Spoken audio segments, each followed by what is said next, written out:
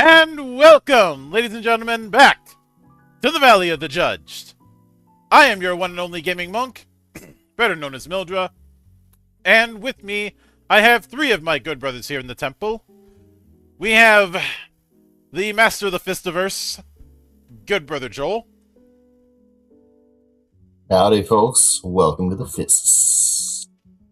We have the man who is normally late in Fig, but not today, good brother Doku. Just so y'all know, socks are extremely overrated. And the man with the most cursed of knowledge, as well as the man who was on a running bet with the Grim Reaper a few years ago. Good brother Monarch. I think he took a break trying to kill me. Because it's been smooth sailing lately. Well, he's had to get over the loss of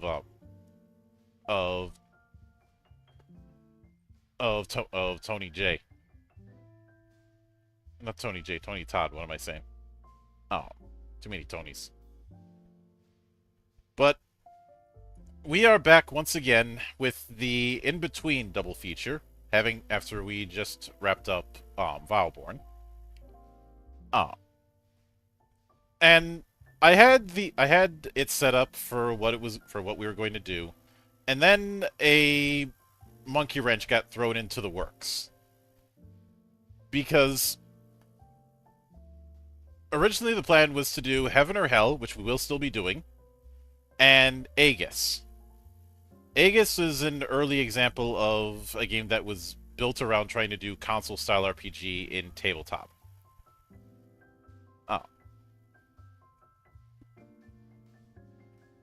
And that was the plan. Up until about 7 a.m. this morning, where I catch wind of a sample version of Untold Destiny by the lovely folks at Everray Games. And they had sent me a preview PDF of the basic edition as far as first level characters go. Now, I had seen bits of Untold Destiny when I did that one micro campaign that we unfortunately couldn't finish. But I'm also aware that there's been a lot of changes since, so I'm coming at that with fresh eyes. And it is a bit of fortuitous timing because there are two major events that start tomorrow. One of them is Free RPG Day, which, yes, I will be paying a visit to my FLGS and probably see if the absolutely no Matt Mercer sign is still up there. I think I told you guys why that became a thing.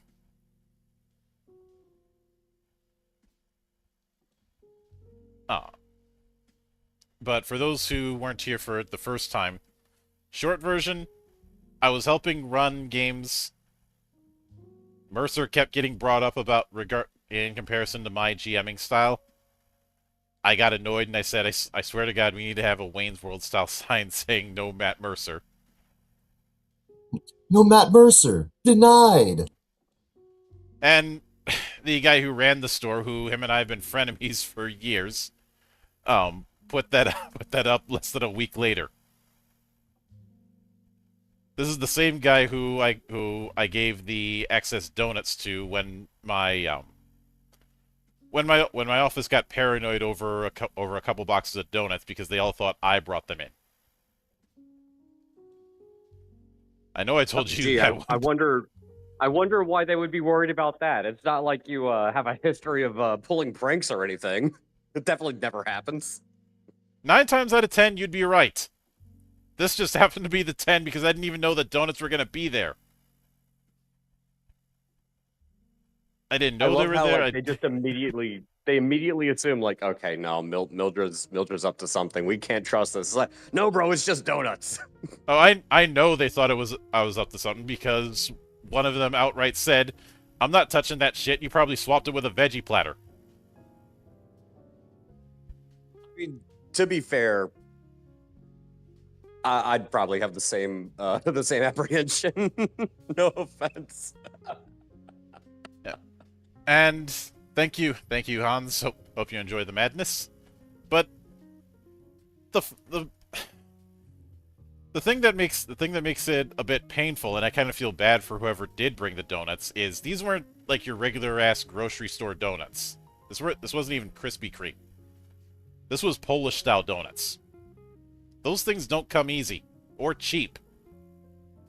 Oh, wait, so they brought in the nice donuts and nobody wanted to touch them because they were afraid? Yes.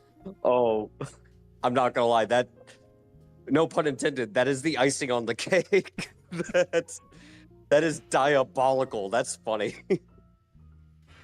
Hans says, shout out to Doku, the okayest Canadian. Yeah. What's up, guys? But yes, I am. I'm doing my job of shilling, and apparently, I am now going to be the next Prime Minister of Canada. If you live in Canada, you should thank me, but also be very terrified. just make sure you get I'm gonna be permission real from... with you, man. Yeah, I know enough about Canadian politics to know that that is unilaterally a good thing compared to every other prime minister in the last 20 years. Well done. You're the one Canadian I'll vote for. Just make sure you get permission from the true rulers of Canada. The most population. You know what? There are things I want to say, but I don't want to get too far off the rails. So I'll save that one for later. Yeah. But What, you don't want it to barge into a place it's not meant to go and take up a huge amount of room and be impossible to remove, like some kind of animal I could mention. By the way, you'd never guess I live in Alaska, huh? All I'm saying is it would probably make for a really good D&D campaign. yes, we get it. You've been assaulted by caribou. I don't want to talk about it. But it is kind of funny that not only is Free RPG Day tomorrow, but also EVO. The reason that's funny is because our first entry, Heaven or Hell, is a project that I've covered in the past. I've interviewed its creator, Joel Vruggendil. I apologize if I screwed up your name again. Oh, you absolutely screwed that up. Yeah. I don't even know how it's pronounced, but I'm pretty sure you said it wrong. Yeah. Oh. Eastern European names are fun. But this is This is a game in a small but growing section of my gaming library that can be described as fighting game TTRPGs. Obviously, the earliest incarnation of this was the Street Fighter game that White Wolf made back in the day, which is still getting fan support to this day down in Brazil. But there's been other sets, and this one instead is trying to emulate 2D fighters in general, and specifically the style of 2D fighter that you'd see coming out of Arc System Works, and even more specifically, Guilty Gear. If the name wasn't enough of a giveaway.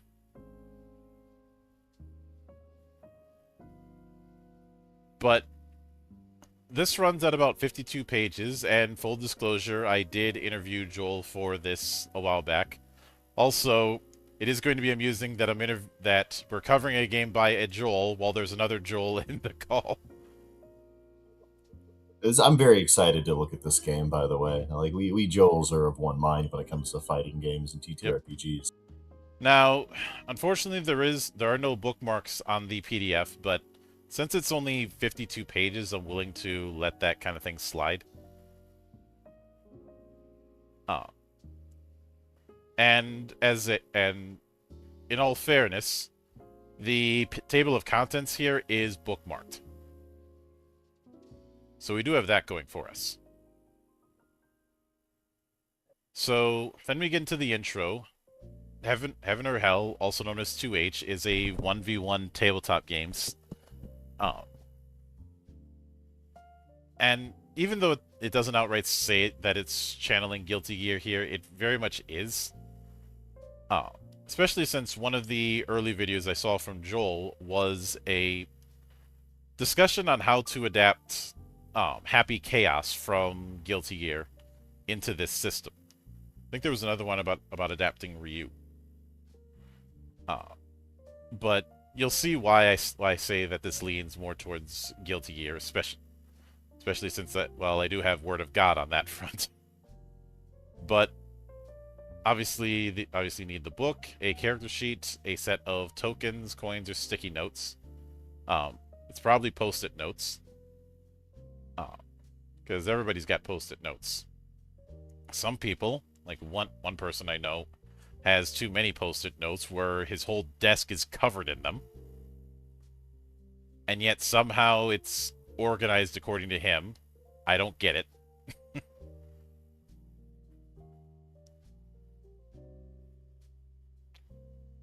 But if you just want to use the fighting mechanics, it's just a case of fighting someone else who wants to play and has gone through the book.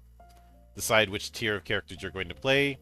Make a character. Make sure both of you can see each other's sheets, and then go. You can do this in a best of 3 sessions, in person or online.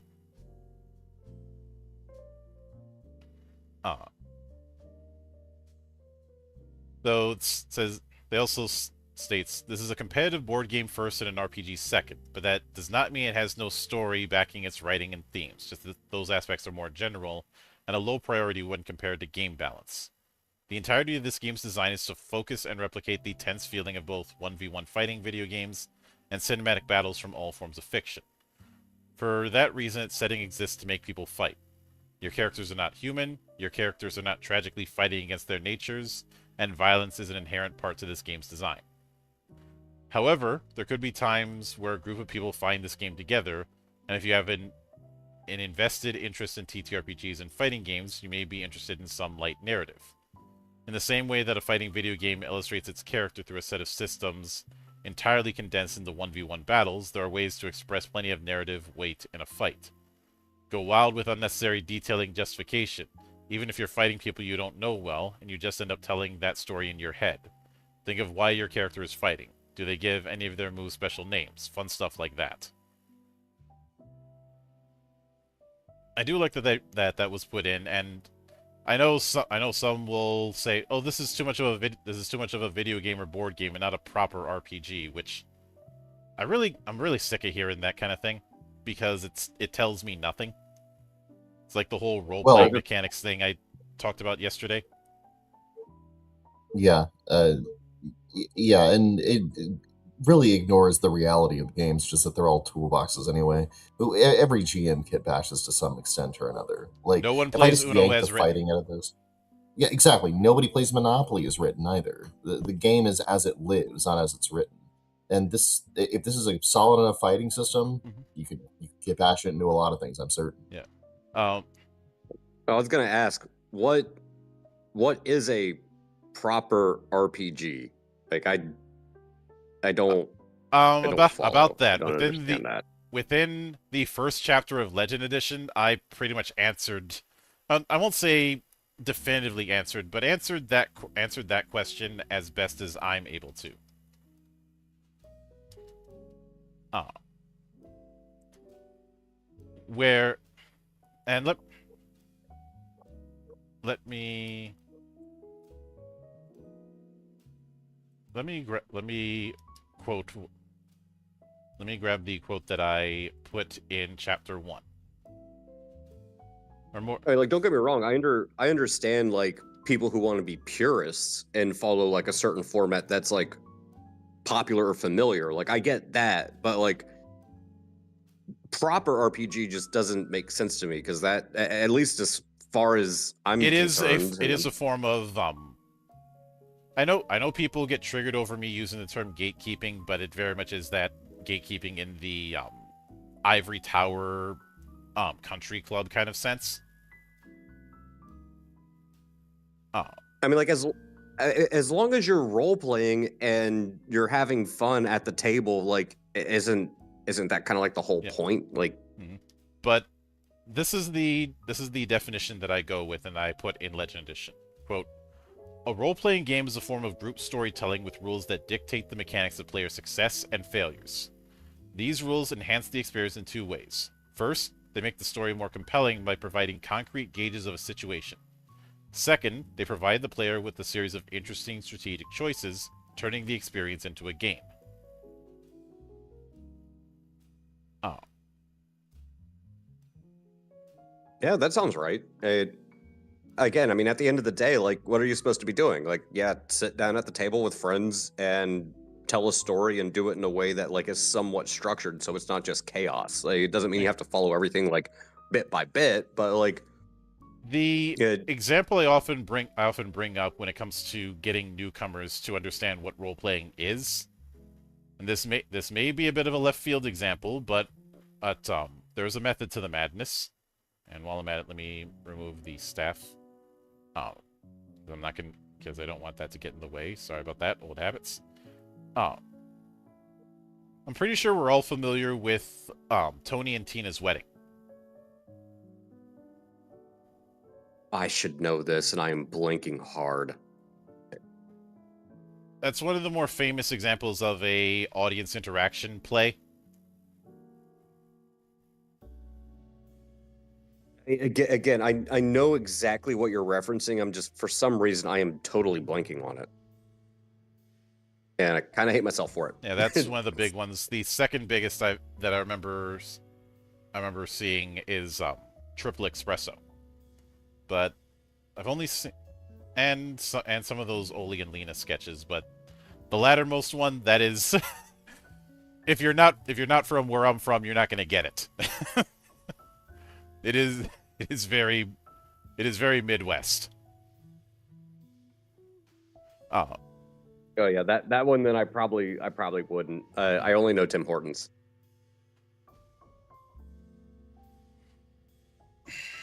And cheese curds. I do know cheese curds. That is a hell of a thing for you to say to me. I love you, Mildred. Meanwhile, Mario in the chat says, "Would you say Legend of the Five Rings is a good starter for new players?" If you have a decent GM, maybe. It really comes. Yeah, it's really such a hard question to answer.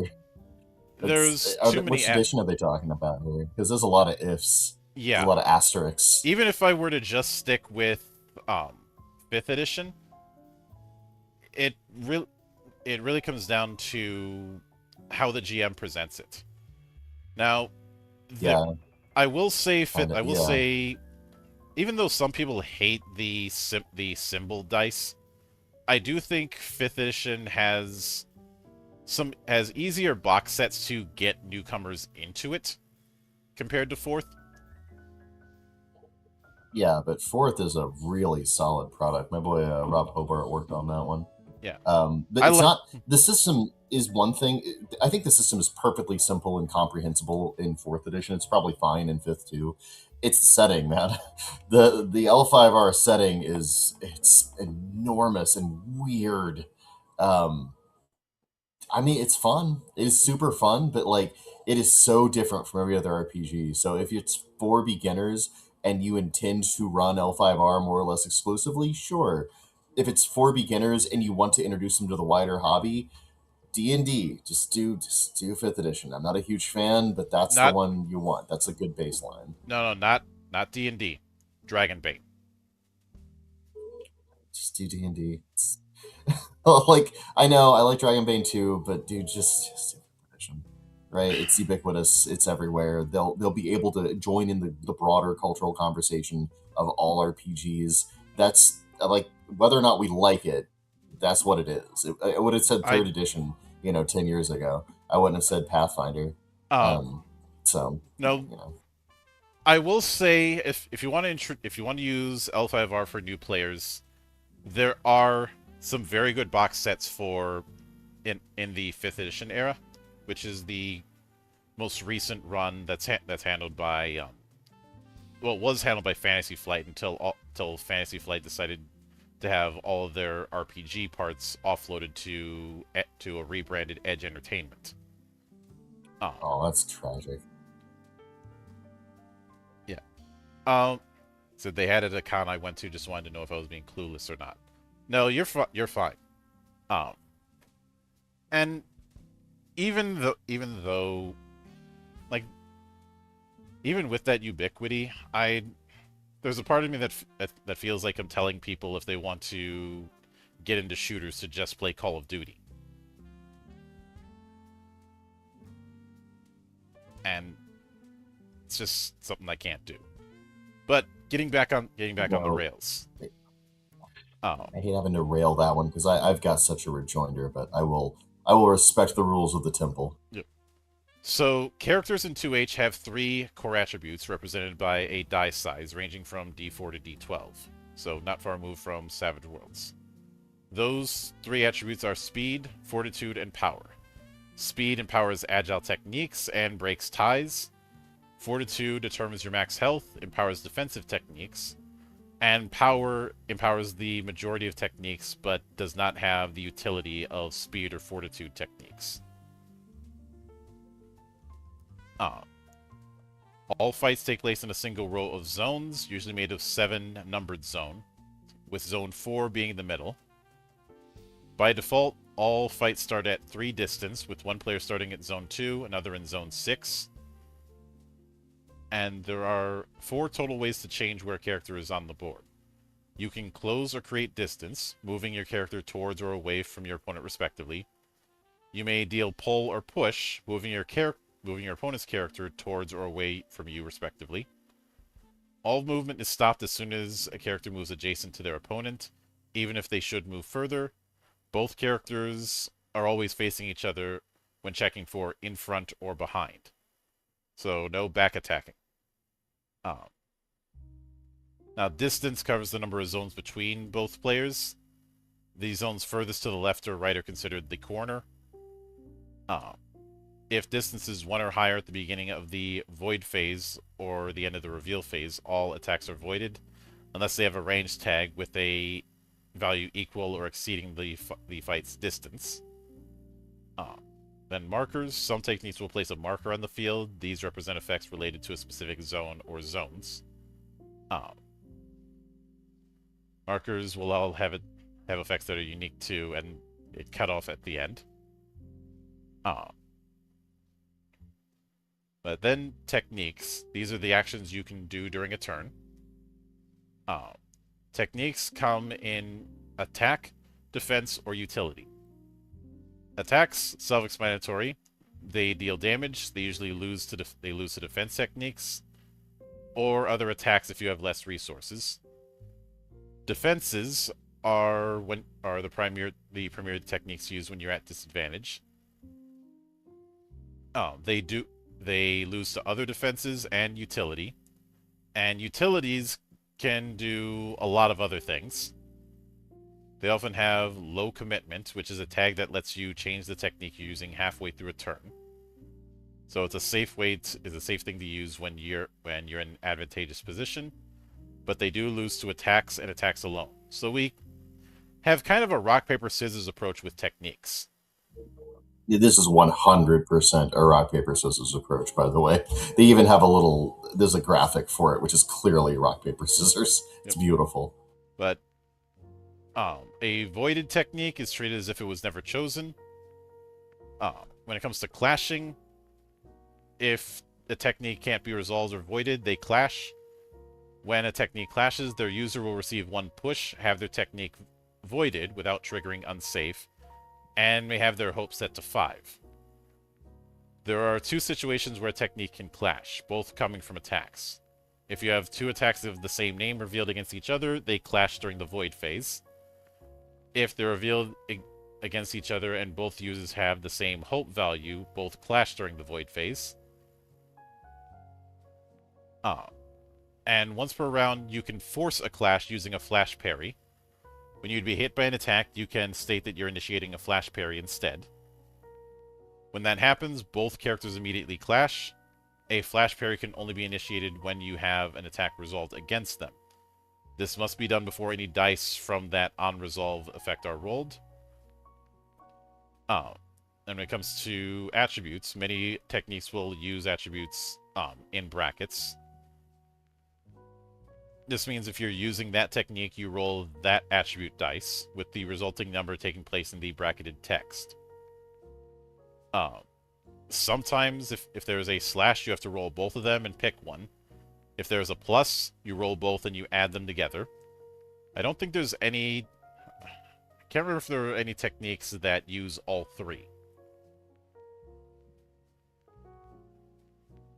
But each character also has a technique die. This is a D10 equipped with 6 preset techniques, and 4 different techniques you have unlocked. You may alternatively use playing cards, index cards, or any other object to represent your 10 techniques, so long as they're numbered 1 to 10. The 7th, 8th, 9th, and 10th side of a technique die can be assigned with a technique of the owner's choice anytime outside a fight from the techniques you've unlocked. Some will require you to gain a token. These are held in the same place as the technique die, counting as being held until revealed. And we do have a set of tags for techniques. Let's see, we have Airborne. You're unaffected by markers until the end of the turn. Amplify. You can spend hope to amplify it. This technique will also list when amplified. Armored. During the void phase, this cannot be voided by attacks. So this is how we get your super armor. Let's see, combo. After this resolves, you may reveal and resolve an additional technique. That technique gains weak. If you resolve a combo technique as a result of this, it cannot activate combo unless its X value is less than the last technique you resolved. So combos can't be spammed easy. You do have to have a specific chain that you use, which certainly fits with how attack strings work. You know, a lot of fighting games will punish you for trying to use the same move multiple times at once, or just have the same move over and over. In worst case scenario, your opponent might throw it.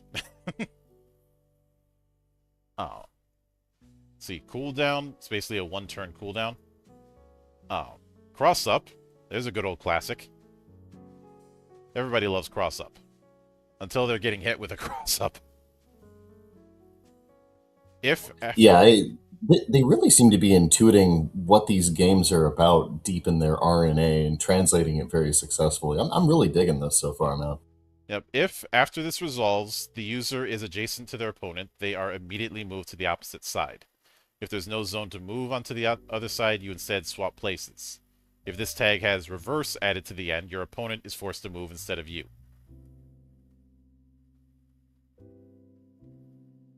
Which is a nice touch. See, then cumbersome. This cannot be resolved as a result of combo, low commitment, or link. I'd say that would be for your really heavy moves that are slow and obvious. High commitment. Your opponent's current technique has low commitment 0. And low commitment has an X. Before the void phase, if you have more hope than your opponent and are not vulnerable to them, you may spend X hope to change the technique you're using. This technique loses combo. So this is, I'd say low commitment would be the equivalent of doing cancels. And since we're dealing with a very Guilty Gear-inspired game, this is your Roman cancel. How romantic. Feels like, not just cancels, but anything that doesn't that doesn't push out your hitbox or like leave you open to counters. Seems like that's what a low commitment is. It's one of those feeler attacks. It's like super light. Yep. Then we have Link X. After any of your techniques resolve, you can spend X hope to reveal and resolve this technique. This technique cannot trigger combo. A single technique cannot be linked more than once.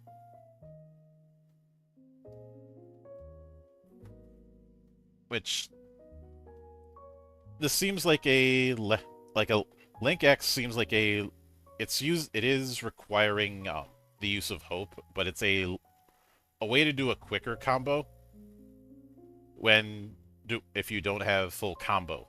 Like if your build doesn't have that, you could have Link instead.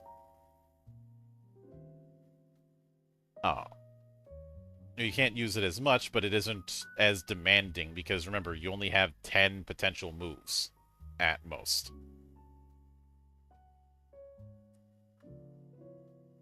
But then we have Lingering.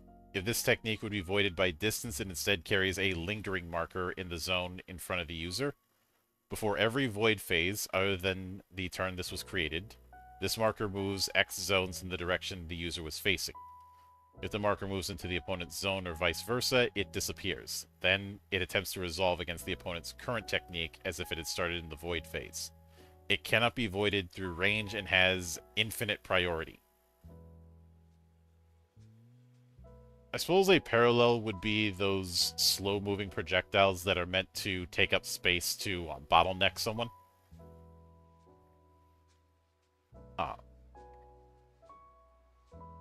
Like some of these slow-moving fireballs you've seen in some versions of Street Fighter.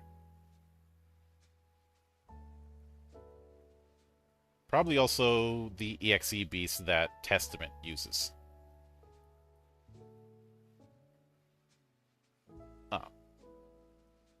Then we have Overpower. During the Void phase, this cannot be voided by X. And if your opponent revealed X, it is voided. Unless you're also vulnerable to X or your opponent's technique overpowers yours. I know they talked about having a technique die, but part of me thinks that this would be a bit more natural using a playing card deck with all the face cards removed.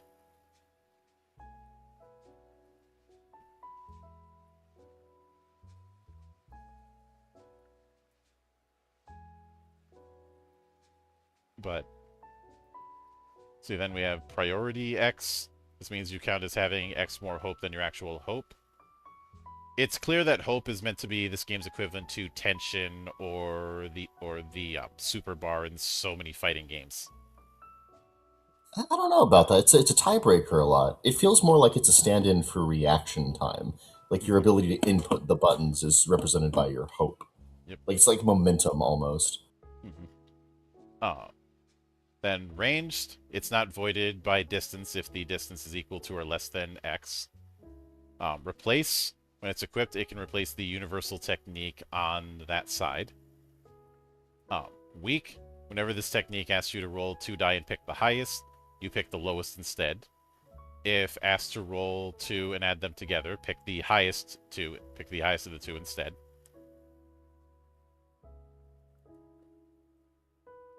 So then slow X. During this turn, you count as having X less hope than your actual hope. This cannot affect your ability to break. Shatter. When this technique would be voided against a defense technique, it causes a clash. Clashes that result from this technique do not deal push to the user and leaves the opponent with 2 less hope.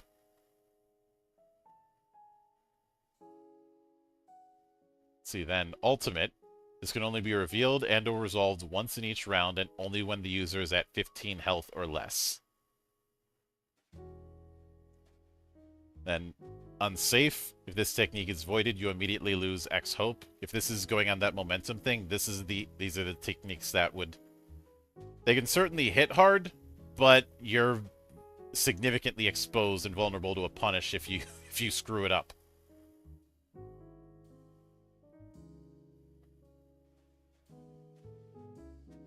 And vulnerable X. During the void phase, this is voided by X unless your opponent's technique is vulnerable to your technique.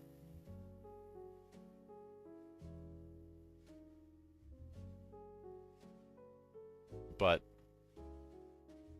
whenever you run out of health, you don't immediately lose the fight, you receive a wound.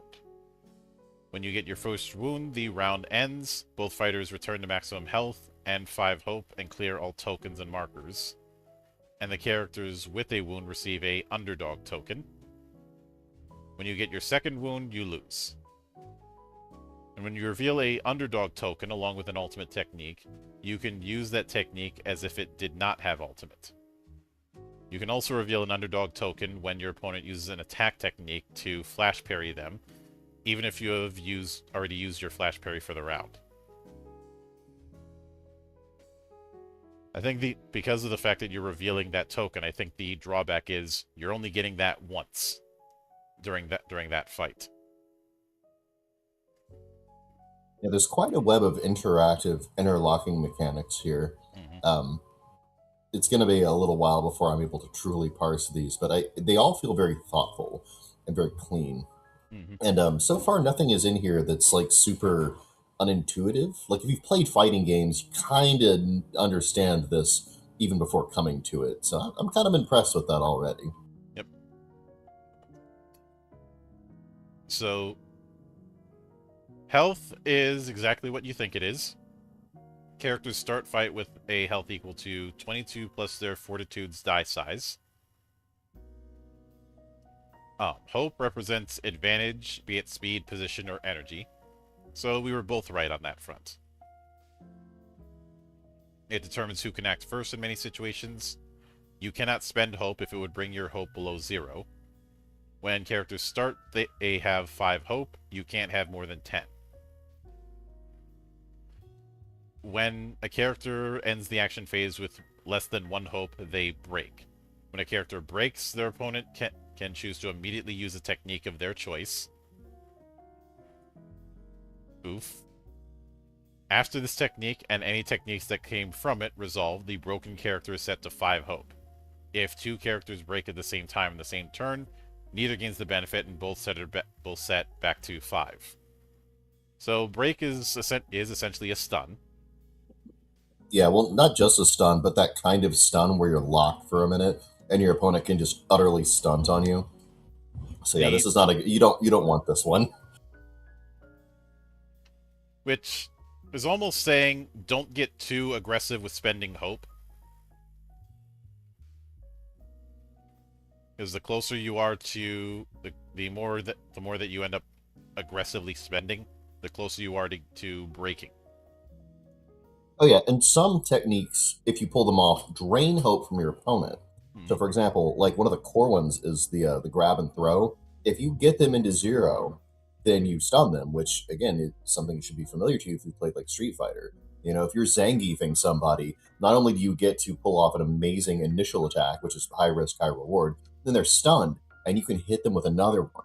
Mm-hmm. So that's glorious, and very like that's thoughtful design, and I really like it. Mm-hmm. So when it comes to the way turns work, first is the decision phase, which is simultaneous. Both players choose a side on their technique dice. Then the reveal phase, where both sides reveal the technique dice that they used. This is where any on-reveal effects will trigger. If both techniques have an on-reveal effect, the character as the higher hope can activate theirs first. Effects like low commitment, amplify, and flash parrying should be taken at the end of this phase. Then the void phase. This is where techniques can be voided. The main way that void happens is through distance checks. Or if a different type of technique is chosen. If both players chose an attack, the player with the lower hope has their attack voided. If both attacks come at have the same name or their hope is tied, the players clash. If both players choose a defense, then they both have the defense voided. If both choose a utility, neither is voided, and whoever has higher hope can choose to resolve their utility first or second. Post-resolve effects like link and combo occur after both techniques are resolved. Then the action phase. This is where the remaining techniques are resolved. Whoever gets first crack is based on the techniques that they chose. You can also resolve an additional technique through tags like combo or link. If both players are able to... I love this, dude. This is so good. Look at this. It actually intuits what you're doing as a player when you approach this. And it's exactly the same as it is in a fighting game. Like, you have to commit to something blindly, not knowing what your opponent is doing. And there's a pecking order based on that, and then a resolution phase. And it's all centered around hope as this momentum resource. This is really cool. Yep. If both players are able to activate combo or link, both are ignored. If one player could combo and the other one could only link, only the combo player can do so. And, of course, after that is the break phase, which only occurs if somebody's at 0 hope. If both of them are at 0, then this phase is ignored and they just reset to 5.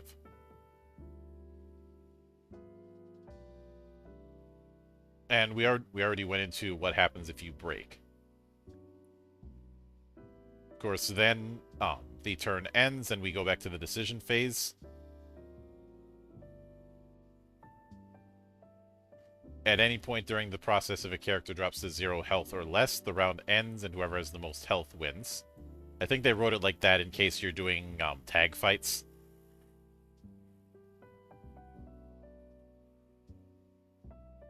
But when it comes to characters, you have 2 potential spreads for assigning dice. Either average, which is 2d6s and a d8, or specialist, which is a d4, d6, and d10. Health is, of course, 22 plus your fortitude size. Then you pick three archetype levels from any of the archetypes, each of which can be leveled up to 3 times. The archetypes, the techniques they give, and the effects of their stances are listed afterwards. With stances, you can choose to take a stance at the beginning of each fight, with this stance giving you passive benefits. Each archetype that the character has at least 1 level improvised in with a stance they can take.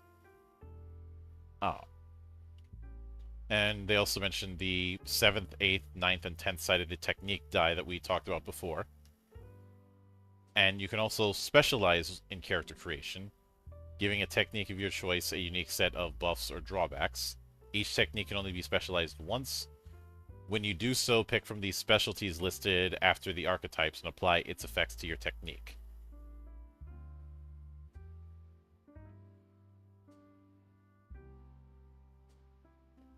And that assumes you're doing a tier 1 character.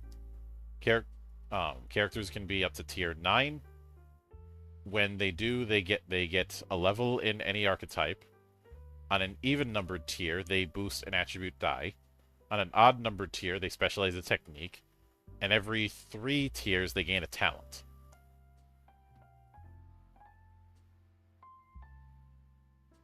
And they do note that the game is built to be played mostly with tier 1 or tier 3 characters. But I like that we have the higher tiers if you want to go that route.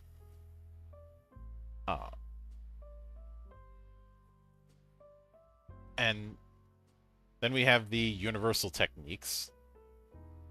So these are the ones that are going to be assigned to numbers 1 through 6 on the technique die. Though, like I said, I think this game would work really naturally with a playing card deck to track what techniques you can use.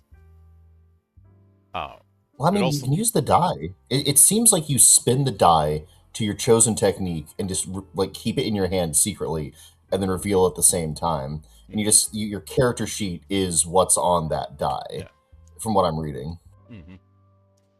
I do think it'd be funny if people had to roll their technique die for a bit of chaos. Oh man, that'd be crazy. You know, where no one has any idea what they're gonna do next, including you. That'd be a good It'd be like those. Well, that's confusion, right? That's like a status effect. I bet you could do that. You could totally do that in this game. It'd also be akin to those all CPU matches. You know, just have 2 You're right, CPUs. it would be. Just have 2 CPUs fight each other and see what stupid things they end up doing. Oh my God, Mildred! That means that this game has its own artificial intelligence because you can just roll the die, right? Yeah. Oh my God, that's incredible. Mm-hmm. This is brilliant. This is actually brilliant. Yep. But let's see. For the basic 6, we have Light Flurry, has priority 3 and combo 2, deals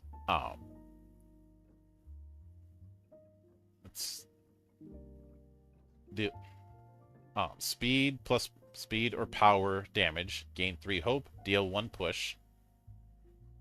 Since it's and just as a reminder,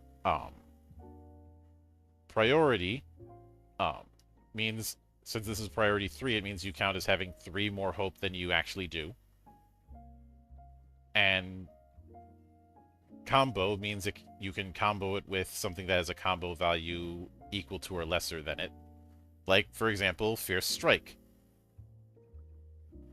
Or rather, a technique that is... With combo 2, you could use a technique that is numbered 2 or less, so you could use Light Flurry again, or Fierce Strike. Fierce Strike has ranged 1 and combo 1.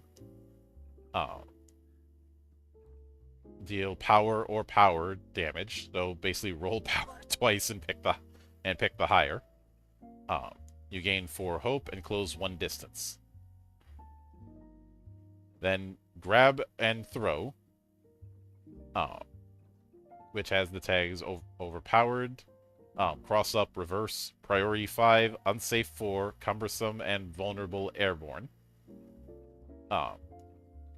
Deal fortitude or power in damage.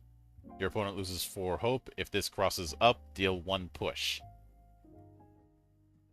That's what you were going into before. Though because of unsafe, cumbersome, and vulnerable, it is a risk doing grab and throw.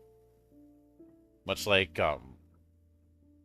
playing a command grab character is going to be risky because you have to get stupid close. Like in a fighting game? It sounds pretty familiar, man. That's why I suck at Zangief, even though I love him. My beautiful Russian bear. In 3D fighters, if I want to really give somebody PTSD, I'll just break out King. I love King so much. Like, he's such an incredible grapple character. Because he has, like, that incredible reach and speed. And, like, I don't know what it is about him. For some reason, no one expects him to do grabs, even though that's, like, 99% of his move list. I don't know what it is. There's some psychology about playing Tekken where you're like, there's no way that lion guy's going to grab me. Like, he's not a lion, but you know what I mean. And then he just comes flying in and just, you know, clamps their head between his mighty thighs, and it's over. It's over. No, the worst I love cases is those times where you're in a full-on grapple combo against him, where he's doing like 5 different grabs on you and you can't do anything. I love the combos where he starts with a grab and then beats you up a bunch and then grabs you again and then he finishes it by doing the same thing to you again. And it's like, you just grabbed me 3 times in one combo? Jesus Lord. Or doing rolling cradle until you run out of health. Just doing a constant death roll. God, for running out of health, I love Yoshimitsu. He is my favorite character for only I can kill me. Mm-hmm. But then we have Parry, which doesn't have any tags, but you do gain Fortitude in Hope. On Reveal, on Resolve, your opponent loses 3 Hope. You can close or create 1 distance. Though remember, if both of you choose a defense technique, they're both voided. Which kind of answers the question, oh, why don't I just hang back and do parry a bunch? Eventually they'll figure out you're doing parry a bunch and void it. So what I like with this is that there's no change your tactics. Yeah, there's no safe option. There's no best option. Yeah, there's safer options, but there's no all reliable. I know, and that's wonderful because again, it's not in a well-balanced fighting game. There isn't one of those either, right? There's always that counter strategy you can employ, and I love that. Oh man, this is so exciting. I'm loving how this is all hanging together. I was asked a while back why Mortal Kombat gets the short end of the stick at EVO the last few years. I'm not sure that's the case this year, but I haven't seen the lineup. And I had said it's because Mortal Kombat's not very good at those reversal or comeback moments.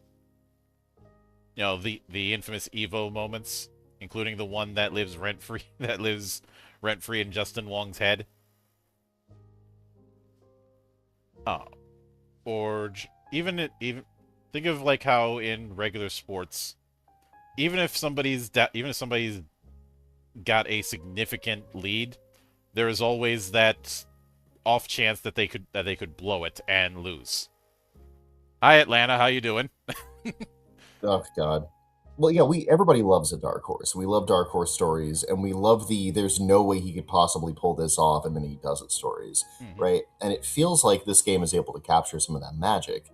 I'm really digging also that is still strategy based, since there is no actual like level of physical skill really, and they're not just lazily replacing that with a die roll. They're saying no. It's about thinking about your opponent's psychology. It's about engaging with them on that strategic level and mastering the game, and it's about bluff, right? Because you have a die at the beginning of the turn that you select, but you don't roll. That's really cool.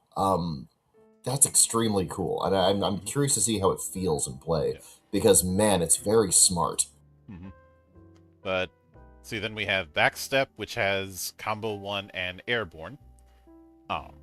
So you could use this and then go right into Light Flurry if you wish. While revealed, attacks have +3 unsafe. On reveal, you create 1 distance. If you can't, you get cross up. And then Engage, which has Combo 1. On reveal, you close 2 distance. On Resolve, you gain specialty in Hope. Not specialty, speed. But of these 6, it's kind of interesting that 3 of them are attacks and 2 of them are straightforward attacks.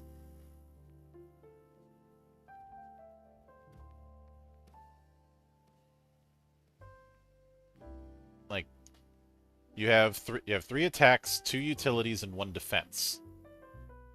And I think this is where the abilities you get from archetypes is really going to play into what you're able to do in combination.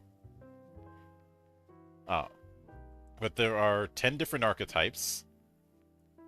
And remember, each one you take levels in each one, almost like I was gonna say akin to Sword World, but I suppose another example would be Double Cross, or All Shard FF, which are 2 Japanese tabletop that I will hopefully get to in the future.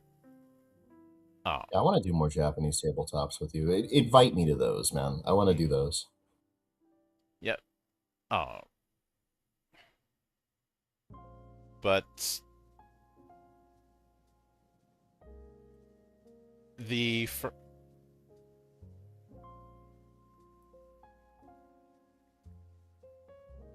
first one that we have is Bastard. This is built around the idea of wearing down your opponent and draining hope. Actually, they go through each archetype based on the difficulty. So the Tier 1 difficulties is Bastard, which is all about draining hope. Battle Witch, which is a projectile zoner. Dancer, which is a rushdowner. Juggernaut, which is about baiting utility and defense.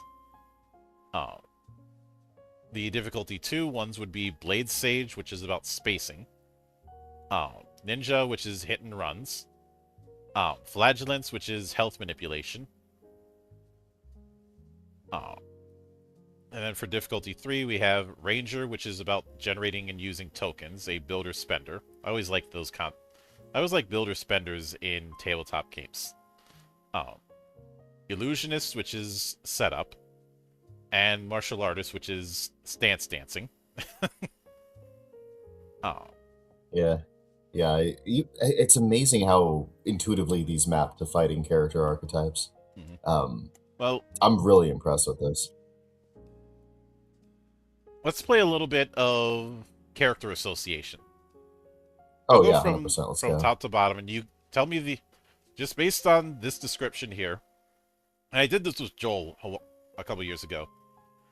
Tell me Let's the see first if Joel number 2 can do it too. Yeah, tell me the first character that comes to mind for each. Think of it like a geeky ass Rorschach test.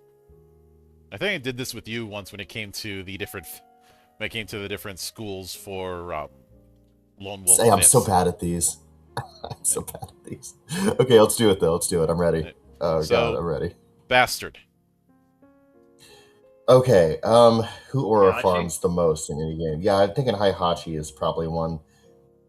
Oh god, who else aura farms? Jack 2 aura farms pretty hardcore. He's a little of a Zangief character, but he has a lot of I walk forward and they die kind of powers. Who else? Who's a good 2D one? A lot of the bosses in Mortal Kombat do shit like this, but I don't want to count them. I feel like those are like higher. Her name, the boar lady from Bloody Roar. Oh yeah. Okay, there we go. There's one. From Marvel vs. Capcom, Juggernaut, Juggernaut, big time. He is a you are scared to fight me kind of character. Oh damn it! Who's that big, ugly, stupid-looking guy in King of Fighters? He's got like the leopard print shirt on, and he dances around like a moron, and he's like impossible to play with. But he's got like a real particular strategy you can use that kills everybody. I can't remember. I was watching a long form 3-hour long YouTube about this one dude who managed to make him competitive. And I was like, oh my god, I'm 100% that guy too. Again, anyone who has a hitbox that can aggressively shove it into you and hurt you. Who's the red guy in Bushido Blade, the big Oni looking guy? He does this. Oh, actually, I have a lot for this. Okay, never mind. I'm good at this. Shut up. Iron Tiger and Blaze Blue, maybe. I never played Blaze Blue. Not quite. No, there's another. I could see it, but if we're going with, if we're going with Blaze Blue characters, which, very nice timing on that front. I'd say Ragna would fit Bastard. Yeah. I almost saw Tiger until I said that out loud. I'm like, no, that's not quite right. He almost fits it just with him dragging people into his attacks, but no. But Battle Witch. Who comes to mind for that, Joel? for Battle Witch is like the super snipey ones. Yeah, they are the archetypical Oh, God, sniper. They have some of the only attacks that can hit an opponent from anywhere. I mean, like, it might be a little bit of a cliche, but Ryu, like, that's how I always play him. He's 100% a sniper when I play him. Like, the only reason I'll do a dragon punch or anything else is to get people further away so I can snipe them. Which means anybody in that school is very snipey. Cable from Marvel vs. Capcom 2 is super snipey. Most of the Marvel characters aren't, but Cable is. Gosh, let me see. Mega Man from that same series is very snipey too. Who else is really snipey? Gambit from Marvel vs. Capcom 1 is really snipey. I'm so defaulting to Marvel vs. Capcom. There's so many good shooty characters in that one. Let's see. Sub-Zero from Mortal Kombat is a little bit snipey. He's more about control, but he kind of has that same play style that Ryu does, where you want to get distance. Midway era, and then Sub-Zero, yes. Yeah, well, NRS era, where they tried to have him be this ice weapon master, which is not where I got the idea from. Oh, it okay. He was very much a zoner up until MKX, where they decided to have him focus on ice weapons for some reason, and a big point of I think another problem as to why Mortal Kombat has had trouble maintaining footing compared to its competitors is the fact that they feel they need to reinvent the wheel with every new game. Yeah, that's very true. The first 3 Mortal Kombats are almost completely unlike each other. And that was an era where you could do that. I'm specifically referring to the NRS era of Mortal Kombat and why that hasn't been able to maintain momentum. I'm not super familiar with modern Mortal Kombat. Because between 9, 10, 11, and 1, they want to do these massive changes, but they also can't move past the original MK2 as far as narrative concepts. That and I'm not opposed to them doing a story mode. I'm opposed to how they do it. The whole switching, trying to have each character only have 3 chapters, even if it doesn't make sense. Yeah, that's awkward. But I can't think of anyone in Tekken who's a super huge range guy.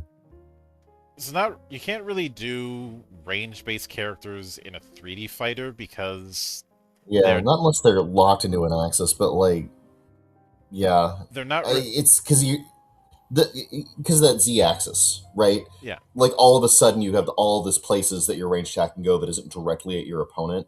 So yeah, I think that like your virtual fighters and Tekkens just don't have characters like this really. The way I've described the difference between 2D and 3D fighters is 2D fighters are about territory control and 3D fighters are about combinations. Yeah, I'd say that's pretty fair.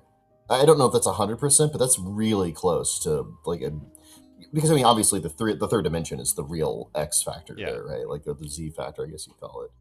And there's going to be variations with everything, but that's kind of a general setup.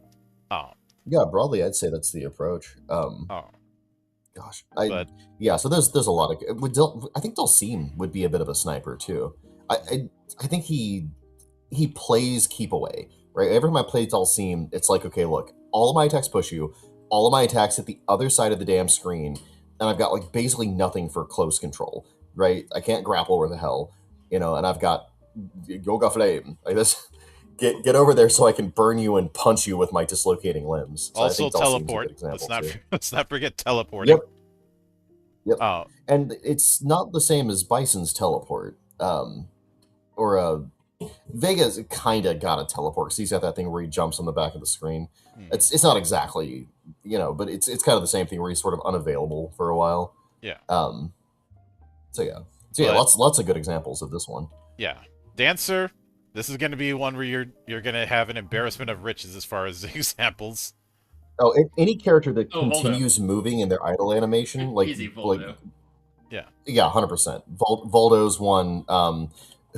Anyone who uses capoeira as a fighting style, and in 3D games have an embarrassment of those, like you're saying. Oh, who's the guy that did all the? Who was the cop in Tekken 2? I can't remember his name. He was like my favorite guy. It was like something Lei. super generic, like Lei. Yeah, it was like it's like Lei Oolong. Is that him? Oh my Yeah, god, is that his who's... actual name? Well, keep in mind, Lei Wulong was one giant Jackie Chan reference. Well, I mean, there you go. But Um, I'd say Lei yeah, is just more, like is more of a stance dancer, especially with the whole 5 animal thing. Um, with I don't Rushdowns, know, that's... maybe. When I think of Rushdown, I think of characters like, say, I was gonna say Donovan, but not him. But the werewolf in Darkstalkers.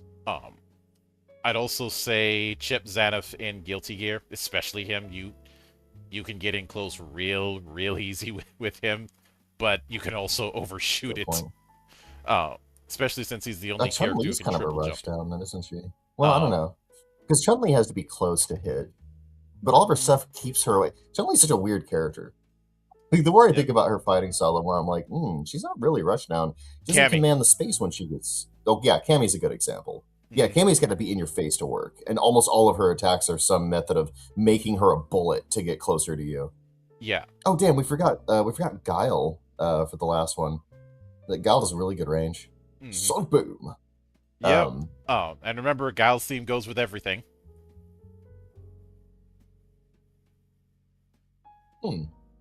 Yeah, I suppose it would. Well, you're not familiar with that meme?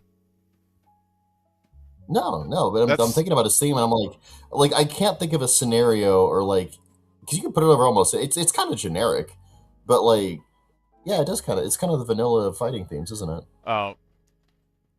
but Juggernaut, which is about baiting utility / defense. Yeah, This is where I would put, well, Juggernaut, but this is also any Zangief would striker go who's too, built yeah. around super armor. Really? Okay. Well, which one of these is the Zangief then? Because my first thought was like this has got to be a guy who doesn't respond to light attacks. He's just so bloody tough. You know? Well, you know what super armor entails in fighting games, right? I know what's super armor as opposed to some normal variety of armor. This is a term I'm not familiar with. It basically means that if you get hit during the animation, you don't break it. The animation, you still take damage, but the animation doesn't get interrupted. Okay, yeah. So Zangief's got a load of that. Like once he starts his little death march. Yeah, you know, Zangief, Potemkin, Iron Tiger, those big heavy guys who will keep coming even if you hit them. They all fit into this. Actually, you know who would also fit Dancer, I'd say easily well? E Honda. Yeah. That's a weird thing to call him because he's a big sumo guy, but you are correct. Also, he's another weird character. I was just thinking of the animation where he gets into a plank pose and flies at you like a bullet head first. And I'm like, I don't think they do that in sumo, actually. No. I'm pretty certain he made that up. Well, you also don't wear kabuki style face paint in sumo either. You do it for Honda, clearly. Yeah, I have watched my fair share of sumo matches, and especially when I was learning about the dominant legend that is Chiyono Fuji, who, when he came in, he was considered undersized. He was considered too small for the top level of sumo, and he ended up being the most dominant champion ever. Like winning, I think he won like 80 or so tournaments. Just winning one tournament is a challenge. It got to the point where they brought up the guy who would later be known as Koji Katao, just so that they had some other Yokozuna, because he just kept going through everybody to the point where the association was running out of credible opponents. Oh, it's so beautiful. Uh, Sumo is such a pure art form too. I've been following it a little bit this last season. It really is glorious. Mm-hmm. Man, I'm having such a good time with those. Yeah. But then we have the tier 2 archetypes. The first being Blade Sage.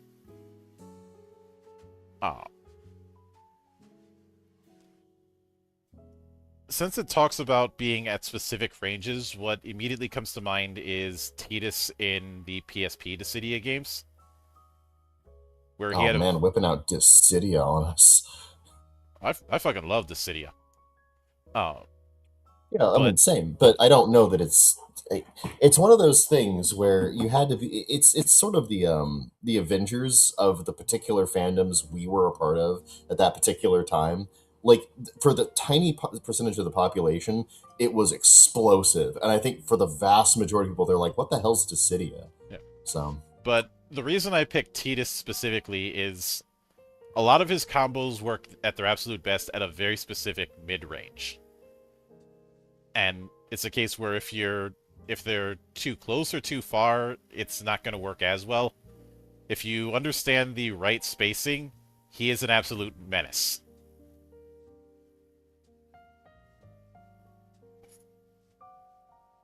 And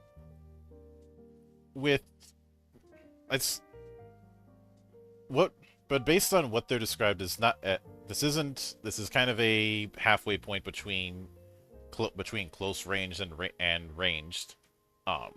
Who would you put into this?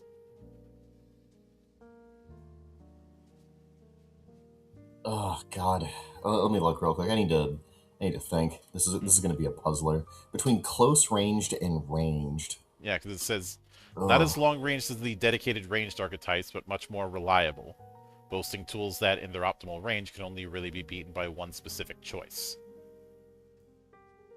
Oof. Gosh. You know what? Strider from Marvel vs. Capcom kind of fills in this, and he does actually have a blade. His reaction time is like absolutely peak. Like he's super. He doesn't even move through his animation. He has a beginning and an end of his animation, and it's faster than the human eye can follow. So that's really, I've never seen if you're close enough that you can grab him, he gets crushed pretty easy, but it's really hard to get close to him, and he's got a lot of weird tricks for like keeping you at a distance. And then if you're in that optimal striking range, he just throws you into the air and starts cutting you to pieces. So Strider is a great example of that. As far as Facial from Killer Instinct, if I'm remembering right. Yeah, Killer Instinct. Are we talking OG Killer Instinct or Double Helix Killer Instinct? I've only played on the Super. I've not touched the others. All right, but it's OG. Then I might be remembering wrong, but it sounds right. Yeah, then we have Ninja, which is all about forcing an opponent to miss. I know it'd be tempting to take any ninja character in any fighting game and put them in here, but I don't think that quite works. No, Ninja's more about their strategy and less about like being like an archetypical ninja. Gosh, who needs you to miss? I'm talking. I'm like, oh God, who forces you to miss in this manner. Sounds like a really annoying and difficult to play character.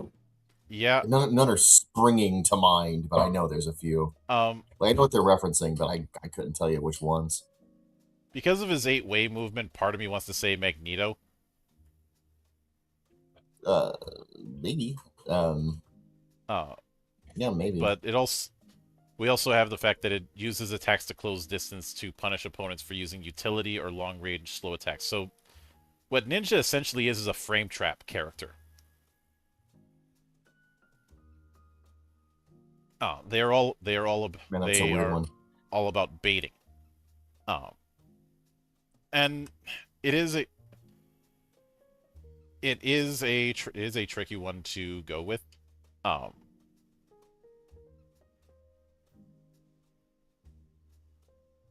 And then Flagellant, which is all about health manipulation. The kinds who can drain their own health for their techniques, keeping their health as low as possible, kind of things. Yeah, we had a couple of examples earlier. Again, my favorite one is Yoshimitsu, because he has a power that drains 90% of his health, but if he hits you with it, he wins the match, which is the turn around so you're facing backwards and stab your sword through your own chest so that the very tip of it hits them. I love that move so much. Yep. Like, just the fact that it was programmed in as a particular special move. I've always secretly dreamed of putting it into a combo as the very last thing that I do. But I've not been able to pull it off, unfortunately. Yep.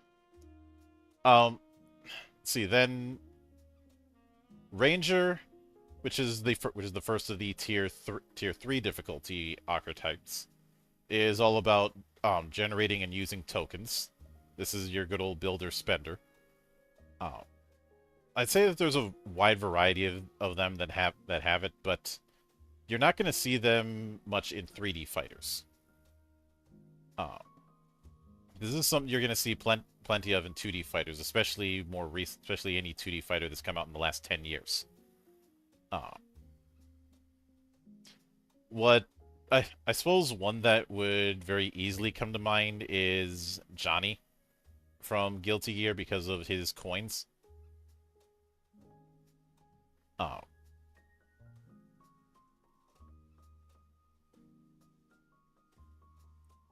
You know, because so much of his techniques are built around how many coins he has. Not familiar with that one. Yeah, builder spender. That's one of the ones that feels really weird. I don't know. Then there's, because fighting games sort of rely on, they're very arcade. Fighting games are, and so you kind of, as a designer, it seems like what you want is characters that'll stick in people's minds. Is very unusual and interesting, and so like almost every fighter I know feels like a super obscure indie title, even if it's one of the standouts of the genre, which is crazy. But yeah, it's things like this where I'm struggling to think of one clear example that's archetypical, but I'm like, oh god, I've seen these characters though. Every fighting game has something like this. And yet it's still so off the wall that it's hard to nail down an archetypical example. Yep. But then Illusionist, which is all about setup using mirror markers to move, combo, and snipe more effectively. Oh wow, that's crazy work. I'd have to be more familiar with what that's trying to emulate. This is very much about setting up territory control. Who instantly comes to mind for me for this is Venom in Guilty Gear. I was thinking Rachel from Blaze Blue. Rachel's another good one. These are the Well, type of you know, that'll... I know they changed their combos a lot in the later games, so I don't know if it applies there. But at least those first 2 games, yes. This is very much for characters who are built around placing certain markers or the like on the field and using them as setup for their kit. Battlefield control's a weird thing in a 2D fighter to that degree, so you don't see a whole lot of it. Yeah, I will note you see it more in recent ones, probably because the technology is advanced enough where you could do that. But for the last one, Martial Artist, that is Stance Dancer. You shift between multiple stances, each one alters your playstyle. I can think of a few characters that come to mind. An easy one is Gen.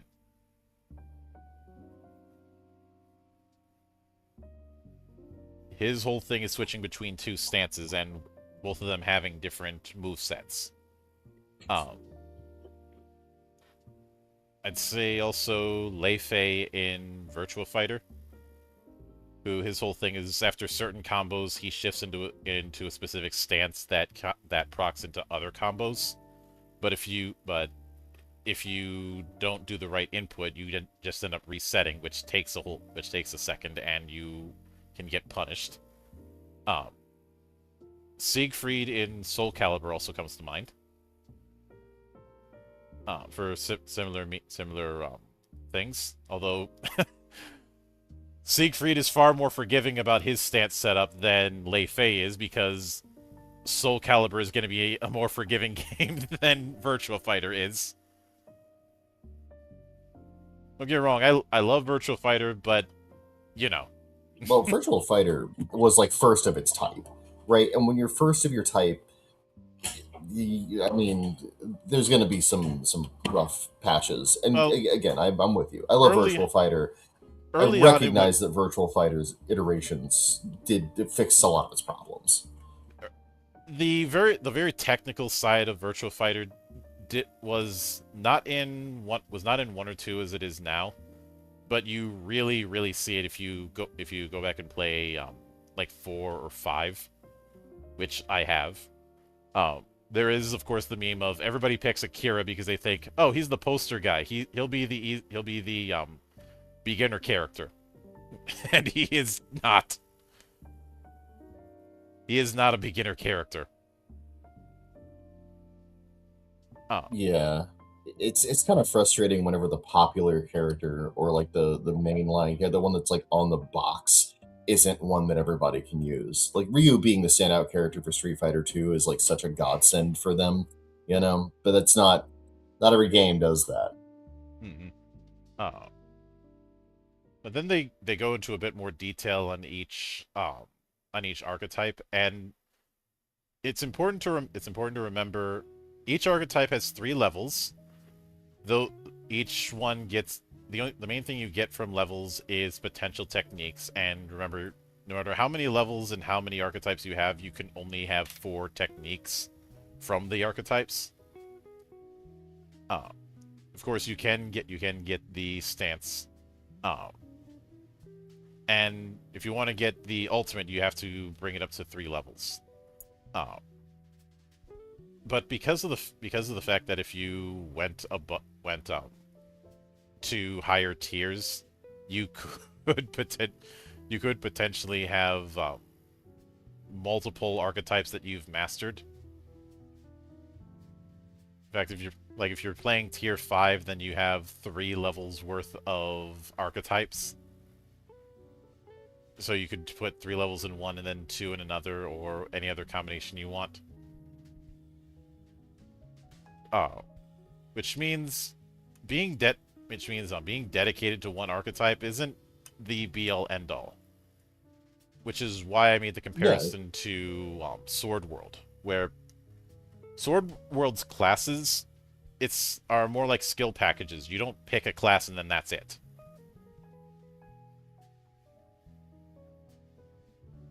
Yeah, your game does that too, although you're probably too modest to mention it. It's not like there's a strategic reason, right, to stay in and focus versus splitting between more than one, and that it's hard to pull off that design in anything, and it's especially hard in a game that is as demanding as a tabletop role-playing game with this level of interactivity between its rules. The fact that you did, and they did, and Sword World did, makes me so happy, because games like that have an almost legendary amount of replayability and ability to invest in them. So I'm very happy with the level of thoughtfulness that was put into this. It's a really impressive leveling system. I remember somebody suggested to me once about doing some sort of upgraded version of jobs that takes 2 slots instead of 1. I had stated that I'm not doing that because, to reference Batman Forever, it just raises too many questions. I know that a couple of the classes in 13th Age did it. Like I know the Druid did it. I think it was like Demonologist or Hexer. It was a demon. It was a class associated by messing around with demons. It also did it, where you could focus on one aspect of the class or split it, but you don't get the high-powered stuff. But doing that in Legend Edition would require me to add a bunch more stuff, and also veer into a direction that I went out of my way to avoid, and that is relying on numbers go up as an advancement reward. Yeah, numbers go up sucks. Um, I mean, it's fine for what it does, but like for real, numbers go up is way more useful on the other side of the screen for things like bosses, because it allows you to face a multi-player action economy, and it's way more boring on the player side of the screen. Whereas options that alter the way you can approach the game or what's viable or give you like more weird stuff you can do, mhm. tricksy things are way more fascinating as a Yeah, player. but I do want to look at some of the stances we have with the archetypes. With Bastard, it has Oppressive Stance, where on the plus, and it looks like there's a positive and negative with each. With it, the first attack you use in each break phase gains +1 combo and does 3 more damage. But your attacks that don't have Unsafe now have Unsafe 2. I love that. I was reading that one and I was like, ah, that's fantastic. But the Battle Witch has Watcher's Stance, where if a turn ends and there's at least 2 distance, you get 2 hope. On the other hand, when your distance is 0, all your attacks have +2 slow. Meaning your hope is 2 points slower, 2 points lower than it normally would be. So then with Blade Sage, the positive for their stance is the first time you resolve an attack at a distance equal to its range in each turn, it deals 4 additional damage. On the other hand, when you have an attack when you attack voided by an attack, you lose 3 hope. So it's Blade Sage is a bit of a risk taker. But Dancer has the Speedster stance. On one hand, your attacks have, on resolve, you may close 1 distance. On negative, your overpowered D attacks deal 3 less damage. I think the overpowered D is a typo. I feel like that's supposed to be overpowered. But Is that a typo? Let me look real quick. there aren't any other Yeah, it's typo. overpower entries. But Yeah, I think it's a typo. and we have the Flagellant. When your health is 10 or less, all your techniques get, on reveal, close 1 distance. And your effects that cause you to lose health can't make you lose the round. I know what one might say, where's the negative on that? The negative is that you're at 10 health or less.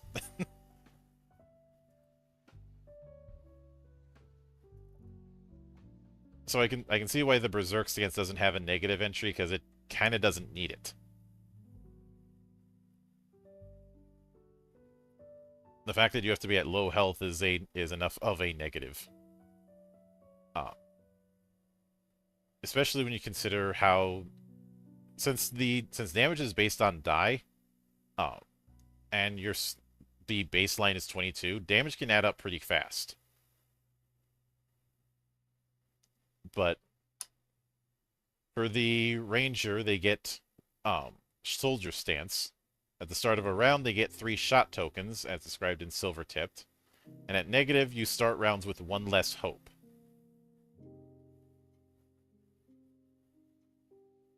Oh man, that overpowered B. Okay, so there is an overpower keyword, but I think they used find and replace for this bad boy, because they don't ever define overpower space D, but all of the uses of the tag overpower seem to have overpower space D. Yeah. Oops. Yeah, but looking at Silver Tipped, you create a shot token. When this token is revealed, your technique gains +1 priority and +1 combo if it's an attack. If you amplify it, and remember, amplify just means spending more hope. After resolving this technique, you may reveal and resolve it again. And remember, you start around with the Soldier Stance. You start around with 3 shot tokens. Oh wait, no, it's not. There's also an overpower A. I think the A and D are offense or attack and defense. So overpower and then type. All right. Sorry, I'm just going through this while you're talking. Yeah, that makes sense. But Illusionist has Deceiver Stance. You start each round with a Grim Reflection token, as described in Magic Mirror, and you place a mirror marker in the zone behind you. On the other hand, attacks that void your attacks deal 3 additional damage to you. And Magic Mirror, you place a mirror token in any zone and gain a Grim Reflection token. When this token is revealed, your technique gains on reveal, move to a mirror of your choice, or as close as possible, then remove that mirror. Oh, that's fun. That's fun as hell, dude. Mm-hmm. Let's see. Juggernaut has your overpowered D attacks that deal X/X, deal X plus X instead. On the other hand, when you create or close distance, you close one less to a minimum of 1. Which would make sense. You hit hard, but you're slow as molasses.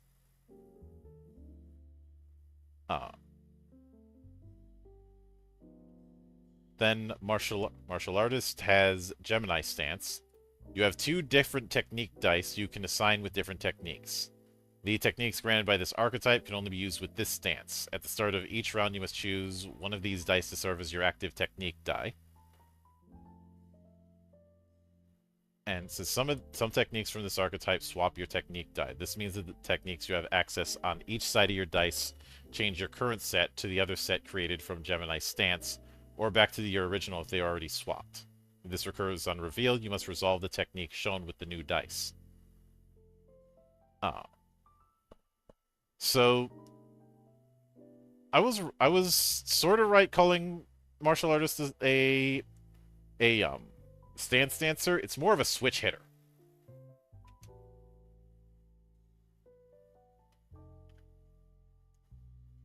Since the idea is you go with 1, then swap the die.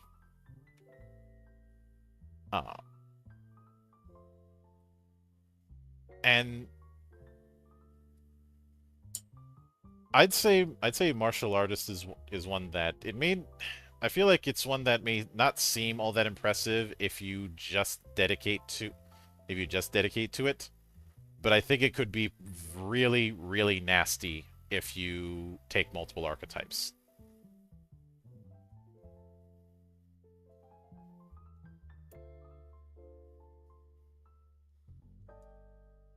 Like this.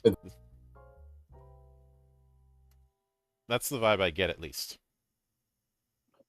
Well, I mean, it expands your ability to bluff, right? Mm-hmm.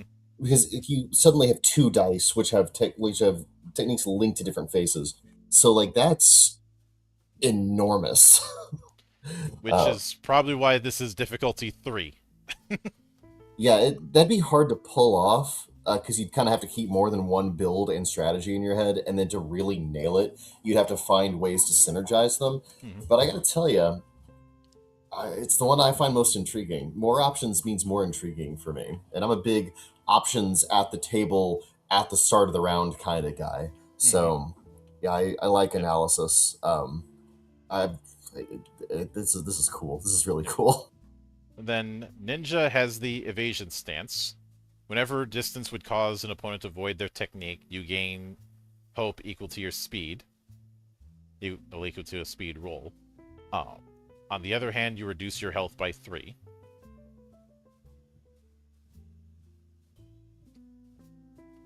And then there are the specialties, which are basically a way to meta magic your techniques.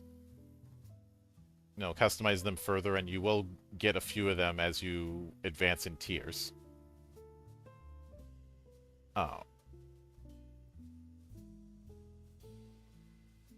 So, for example, Unbreakable. This can only be used on attacks. Add Armored and +2 Slow to its tags. Or, Magnetizing. On Resolve, create a Magnet token. When this token is revealed, your technique gains, on reveal, deal 1 pull. Welcome to Die!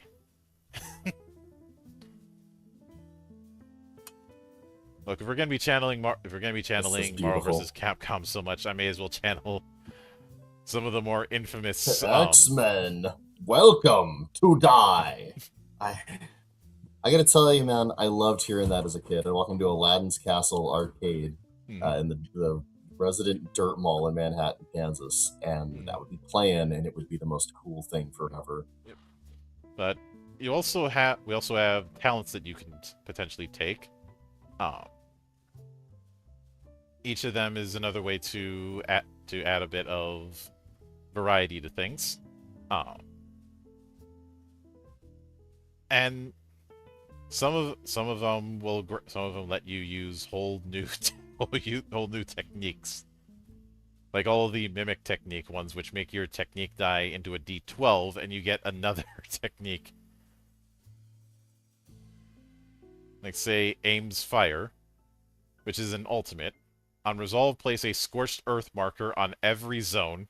If your opponent ends their turn on a Scorched Earth marker, they receive 3 damage.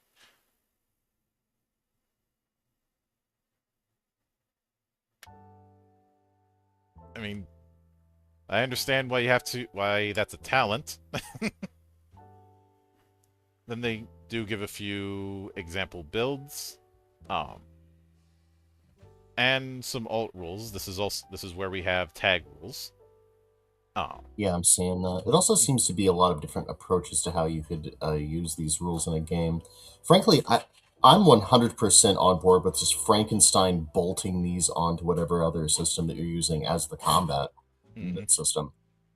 They feel like such a plug and play, right? Yep. And that's not an insult. It's brilliant design. It gives this such a clear niche that I could recommend it to nearly anyone. I'd be like, yeah, I know that you love Nobilis, but you know what would make it even better? If it were Street Fighter. And that's true of, it's like Ranch. Like, you can put it on anything. I mean, don't put it on everything, but... Don't put it on everything, and definitely don't try and smuggle it outside the country. I still can't believe that's a real thing.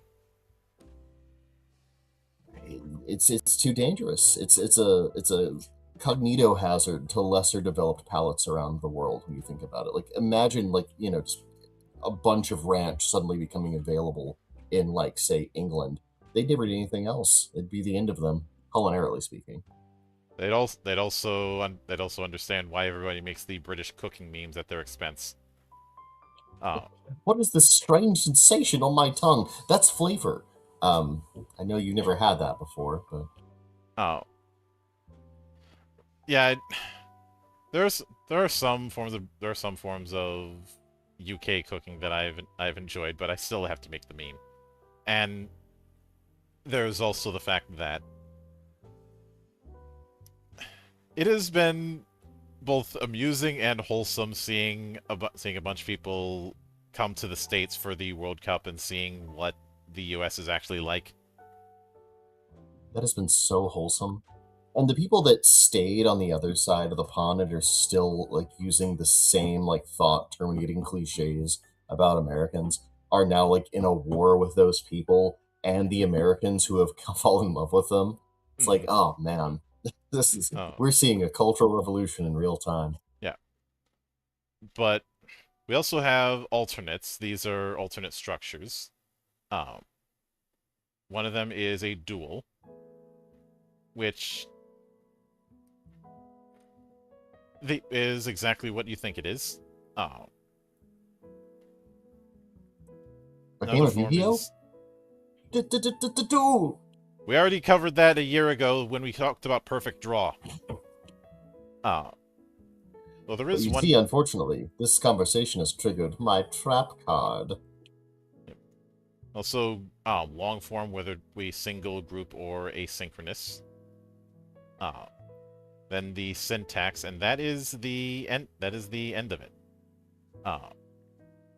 So yeah, it's brutal how quickly this wraps up. I was so into it, and it was like, oh, I've reached the end of the document.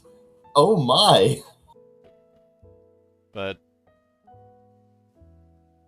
based on everything you've seen, what is your take on Heaven or Hell? My take? This is great. It is a fighting system. It's unapologetic about that. It knows what it's trying to do. It really... there's a lot of things it does that are incredibly smart, if you are me and this Joel, right? The like two of the only people on Earth that have ever tried to take fighting games and turn them into role-playing games. Like, for example, and I mentioned this before, you don't roll to see what your reaction speed is or how quickly you can push the paper buttons. You make a decision about the strategic approach in a way that is very true to the fighting game dynamic, and then your momentum that gets built up determines whether or not you're able to carry it off, whether or not that was the optimal thing. So that's really smart, and I'm kind of mad I didn't think of it, if I'm going to be real with you. And I'm kind of mad that I didn't think of how to design that for a fighting game is maybe the highest praise I could give another game that tries to do what I do. It's like, damn, they got one. They got me. They definitely got it over on me. Now, so there was a mini expansion called Ascension that added 5 more archetypes. That being Overlord, which very much feels like any member of the Clover family from Blaze Blue, because it's all about a puppet that they control. Asura, which is described as a token engine, and what immediately comes to mind is like Order Soul.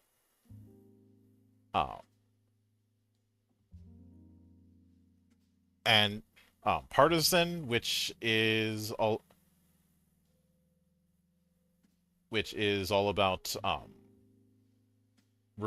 about using replace techniques, which give their own tokens, you're basically building towards this ultimate buff. Dryad, which is traps, and Cherub, which is all about manipulating the airborne tag, as well as floating tokens, so that they can be in the air even more.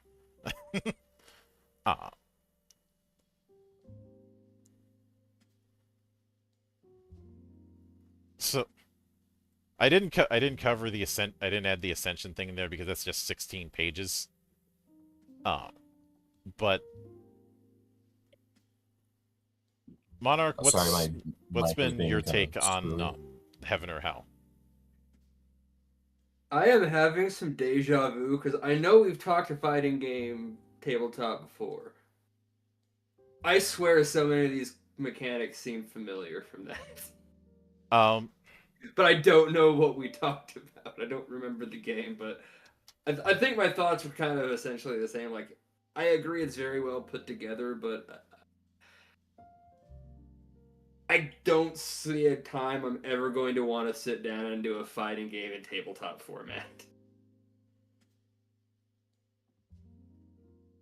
I think it's a well put together system. With some good ideas. But anything I have to say about this, take with a grain of salt. So we've got two people that represent the extremes of this was made for me, this is my hole, and not the target audience. Yeah. Okay. I don't really have much of an opinion on anything this has to say other than I think it was well put together for what it wants to do.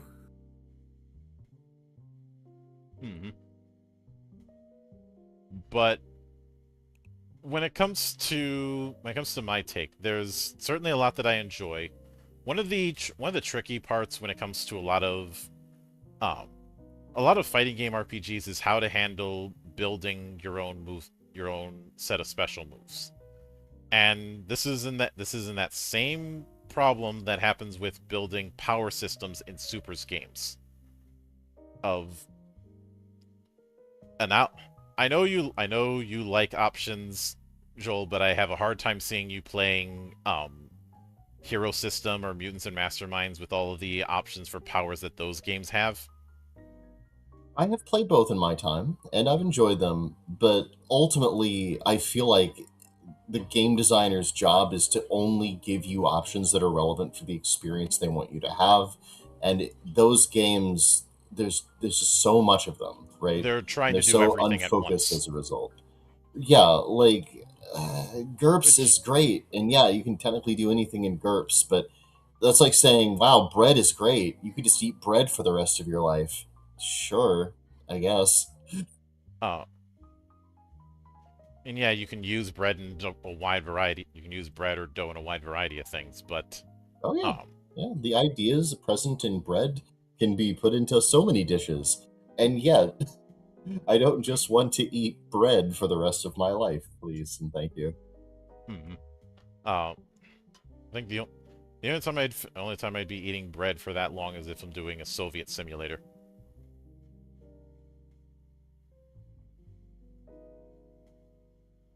Okay, I Sorry, was that a little successfully too? resisted the urge. No, that was hilarious, and I'm resisting the urge to just start ranting about communism again. I'm so close to being done with the communist robot writing. I've had to immerse myself so much in an ideology I find utterly putrid that I'm just like, it needs to come out in the writing, not in the podcast. It's got to be in the writing. Mm-hmm. But the look, all I could just make a joke of is Soviet engineering, and I'd be done for the day. But I'd say this one sidesteps that particular issue because of the archetypes. Now, are there going to be some characters in some fighting games that don't quite fit? Yes. I think the reason that's not going to be as much of a problem here is it is very blatant about what it is trying to emulate. This is not interested in doing something like Tekken or Virtua Fighter or Soul Calibur. It is solely interested in 2D style fighters, especially ones in the vein of Guilty Gear or Under Night in Birth or Melty Blood or just any 2D fighter that Arc System Works has put out in the last 15 years.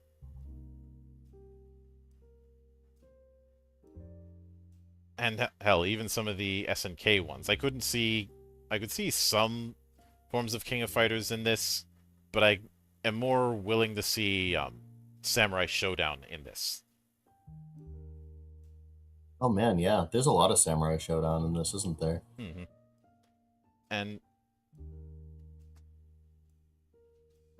something that I appreciate that I've been seeing more is instead of trying to take a standard RPG system and try and put it in the world of a fighting game, we have ones that are trying to be more directly focused. It kind of mirrors what happened with the idea of anime TTRPGs, where early on they were very much trying to be everything at once because nobody grasped the idea that anime is a medium and not a genre. So you had a bunch of games that were downstream from Universalist ones. But as time has gone on, we've seen people focus on specific anime or manga or genres therein. Yes, truth. And there's many different ways to approach it, but I think this is maybe the purest way I've seen fighting games approached. This is kind of up there in the annals of stuff like Fight. It's another good example of like knowing exactly what it is that you want to do, and just big very ones specifically. I often bring up are, and this is in that category, are Fight, Musha Shugyo, and Turbo. I've not heard of Musha Shugyo. I've heard of Fight and Turbo. Musha Shugyo, which we have covered in the past, also known as Dragon Fighters, is a very light game that was done that takes a symbol-based approach when it comes to special moves and supers, and it's because of how light the game is, you can make a whole character sheet on just an index card. I love games like that, though. And yeah, I'm not sure if you were here for that one, but that was covered all the way back in January.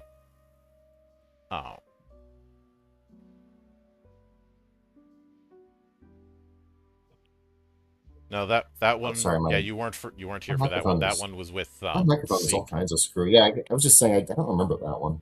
Yeah, but that's by one of my many Italian friends, Luca De Marini, who that name is going to be important next week. I can promise you that.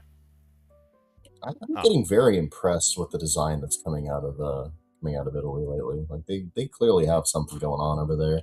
There's the fun thing about this channel is being able to see what other countries are doing with the idea of tabletop. I really hope to cover Lex Arcana one of these days, but there's the issue of how am I going to cover it and cover the many setting expansions that it's had. Especially since Lex Arcana is alt history Rome, where it doesn't have as set of a die pool as other games do. I did review the game a few years ago, but with that said, as far as the grade that Heaven or Hell gets, it's going into strongly recommended. Not just because of how robust this system is, but also the price. Yeah, how much is this guy? If I wanted to legitimately purchase a copy of this, what am I looking at putting down? Let's see. On itch, the first off, there's a shitload of community copies for the game, for one, but it is $6 normally. Right now, at the time we're streaming this, it is on sale for $4.19. Yeah, that's a steal, guys. I recommend this too. As a guy who designs tabletop punch games, this one understands what it's doing. It's very thoughtful in its approach. If you have any interest in a really sophisticated fighting engine, you deserve this. You deserve to drop down the $4 to $6 and well, it's not even that long of a document. It's certainly a rich document, but it's easy on the eyes. It's got a wonderful layout, good graphics, enough art that it's not dull. It's really a fantastic little thing, and highly, highly recommended from me. Yeah. And apparently it's also on the Roll web store for $5, which is a virtual tabletop that I don't use. But with that said, we're going to take a break for a couple minutes, and we'll come right back with the basic edition, or at least the preview that I was sent, of Untold Destiny. So, see you in a couple.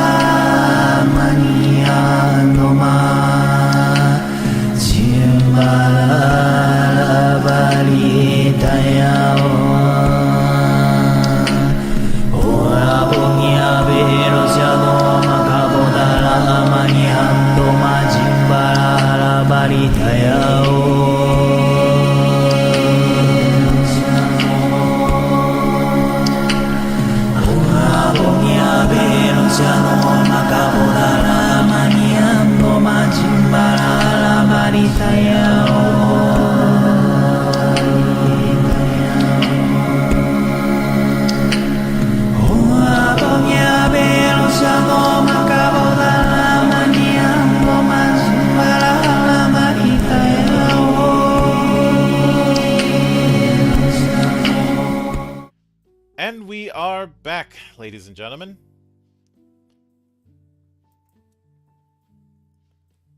So, this wasn't the original plan, but when this got sent to me, I decided I was going to adjust, because remember, cards subject to change.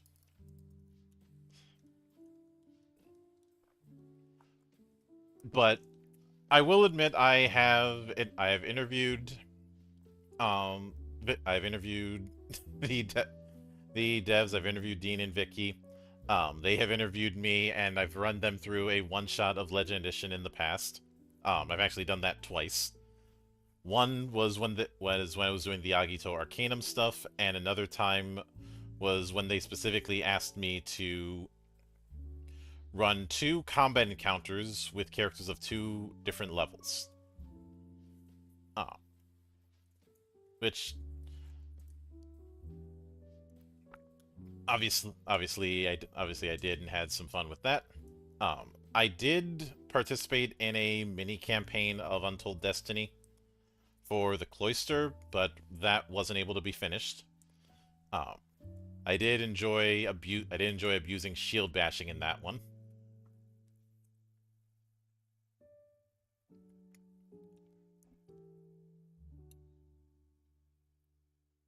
But this basic edition is meant to be a preview for what is to come.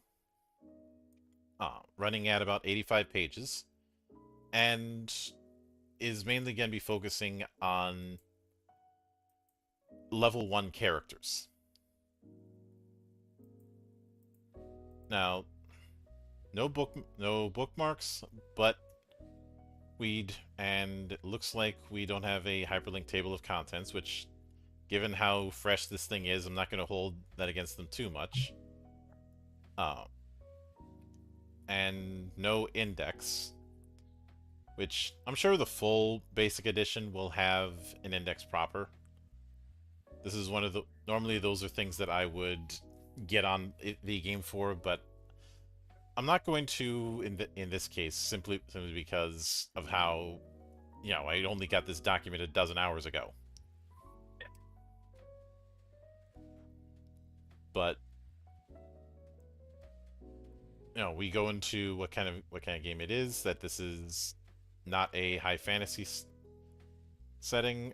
Healing is no longer the sole domain of clerics, as all characters can recover hit points during combat, and healing kits can be used to treat afflictions.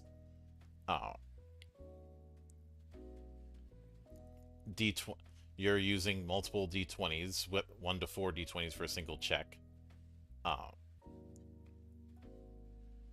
Obviously, GM is final arbiter. Apply common sense.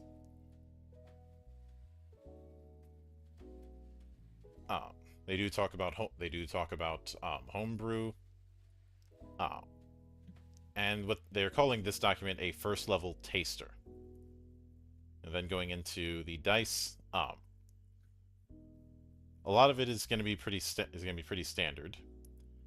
There's a number of d20s you roll when making a test to indicate the strengths and weaknesses of your character. This is the proficiency rating, which ranges from 1d20 to 4d20. You're basically rolling that many d20s and using the highest one. If 1 or more die come up as a 20, that's a critical. Make sure to note the number of 20s you roll. If more than 1 comes up as a 20, if all of them come up as a 1, that's a critical failure. So it's going to be significantly harder for a critical failure to happen.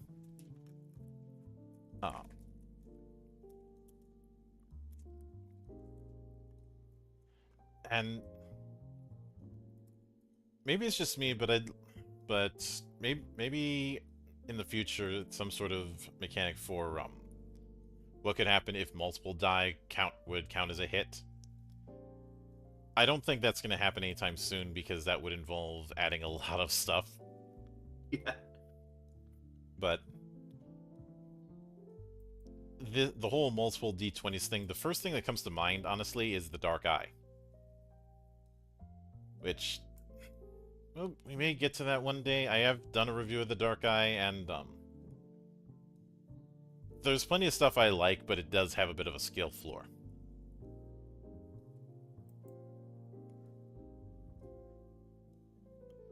So, of course, tests have a target number. The standard for most tests is 20, unless you're attacking, in which case it's the opponent's parry or dodge test. Then we have the type of melee, the type of attacks. The reaction, which can be done once per anyone's turn, including the GM's. Reactions utilize stamina. And we have initiative, which is self-explanatory, in this case an intelligence test, to see if you go before the opponents or if you go after. So you are rolling for initiative, but in a initiative pass more than registering individual initiative. You also have the brace test, where you roll d20 and add your armor rating. This reaction test is to reduce damage you take from an attack that targets you. See, damage works the exact way you think. Boons and banes work the way you would think, although you can't have more than 2.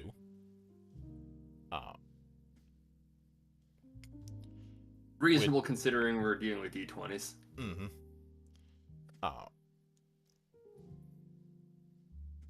Though, unlike, say, Shadow of the Demon Lord, it doesn't appear that you're keeping one bane or boon after when they're rolled, which is probably why there's that cap of 2d6.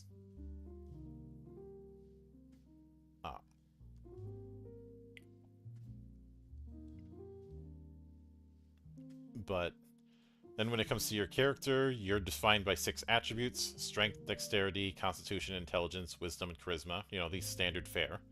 These are going to have a value of 3 to 18 before any bonuses. And they will have a modifier that ranges from +1 to +9. So we're not exactly dealing with the standard attribute spread. Next, because of this, you could roll like ass and not have to deal with a negative number on your on your setup, which that is good. I think we've all had this. I don't really mind the negative numbers. It effectively works out the same. It's just how is your brain registering what you're seeing? There are times I like being able to see a negative number on there, but when it comes to the whole ability score thing, this is why I didn't do the whole roll for ability scores for Legend Edition and just went straight to modifiers.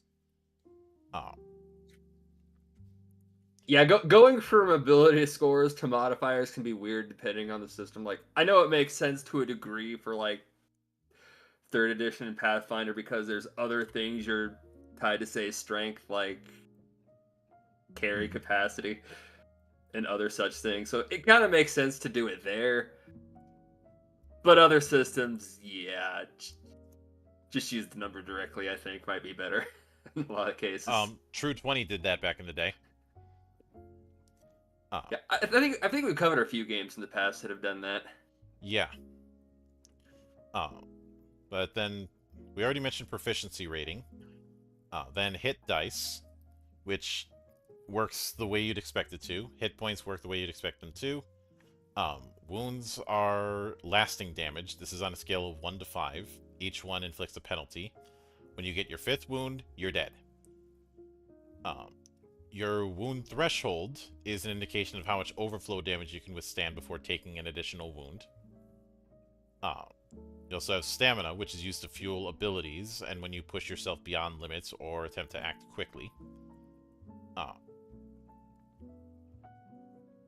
You always spend 1 stamina point when you're asked to spend stamina. And spell points for casting spells available to your class. Casting a spell costs 1 point, regardless of level. Parry represents how hard you are to hit with melee attacks, and with thrown or in ranged attacks if you have a shield with missile protection. It's a opposed roll. Dodge is how difficult you are to hit with thrown and ranged attacks as well as spell attacks.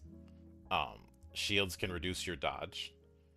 Your armor rating is the number you use during a brace reaction to see if the damage being received can be halved. The higher the value, the better protected you are. And destiny points can be used to twist fate. A point can be used to reroll any test that took less than a minute to complete, or a damage roll. Which is very nice.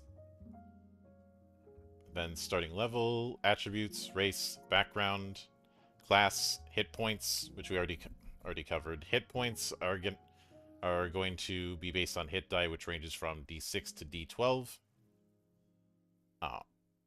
If you're using the standard method of rolling attributes, your maximum hit points at first level are equal to twice your Constitution score, plus your max value of hit die.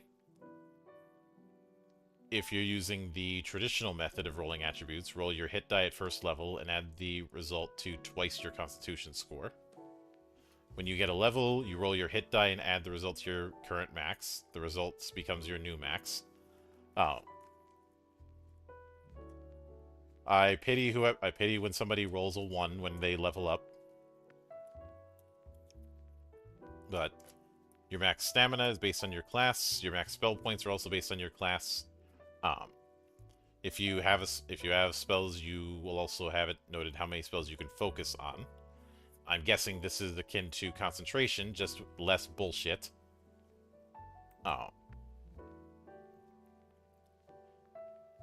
But for attributes, you can either do the standard method of roll d6, drop the lowest, add the rest together, do it 6 times. The traditional method of roll d6, do it 6 times.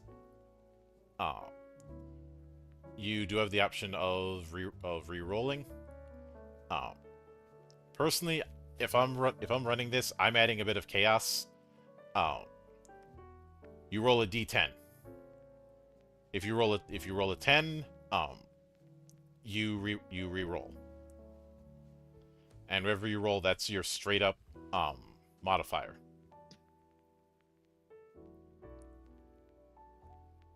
Yeah, I mean, it's the number set up already. Mm-hmm. Well, for the most part. Because you're going to have, like, the race adjustments. Mm-hmm. So maybe just do a D8. Because that way you hit the 8 plus 1 up to the plus 9. Fits that chart perfectly. Yep. But then we have the races, starting with dwarfs. And it looks like we are back to the whole thing of +1 and -1. When it comes to adjusting attributes.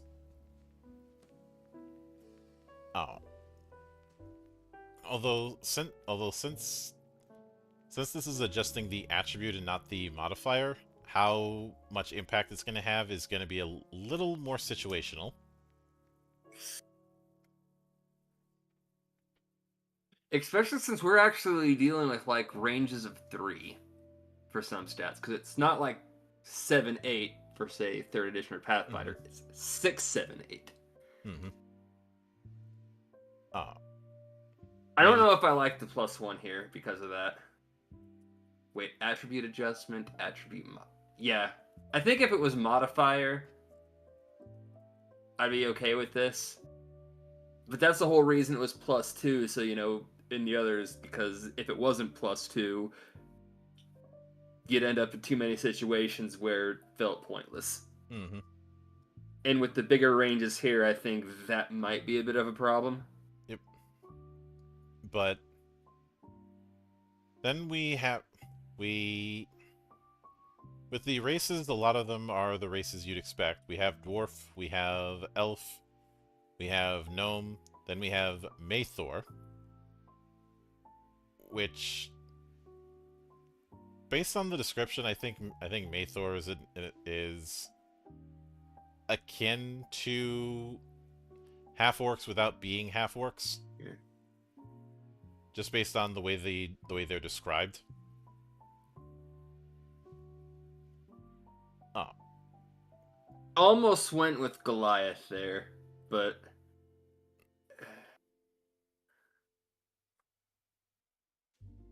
I'd be willing to just kind of chalk this as its own thing. Mm-hmm. Giants in certain games, where the giants aren't necessarily giant. Yep.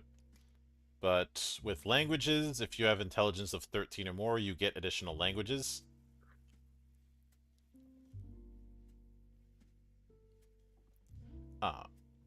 You can choose from the list below, or there's one specific to your setting.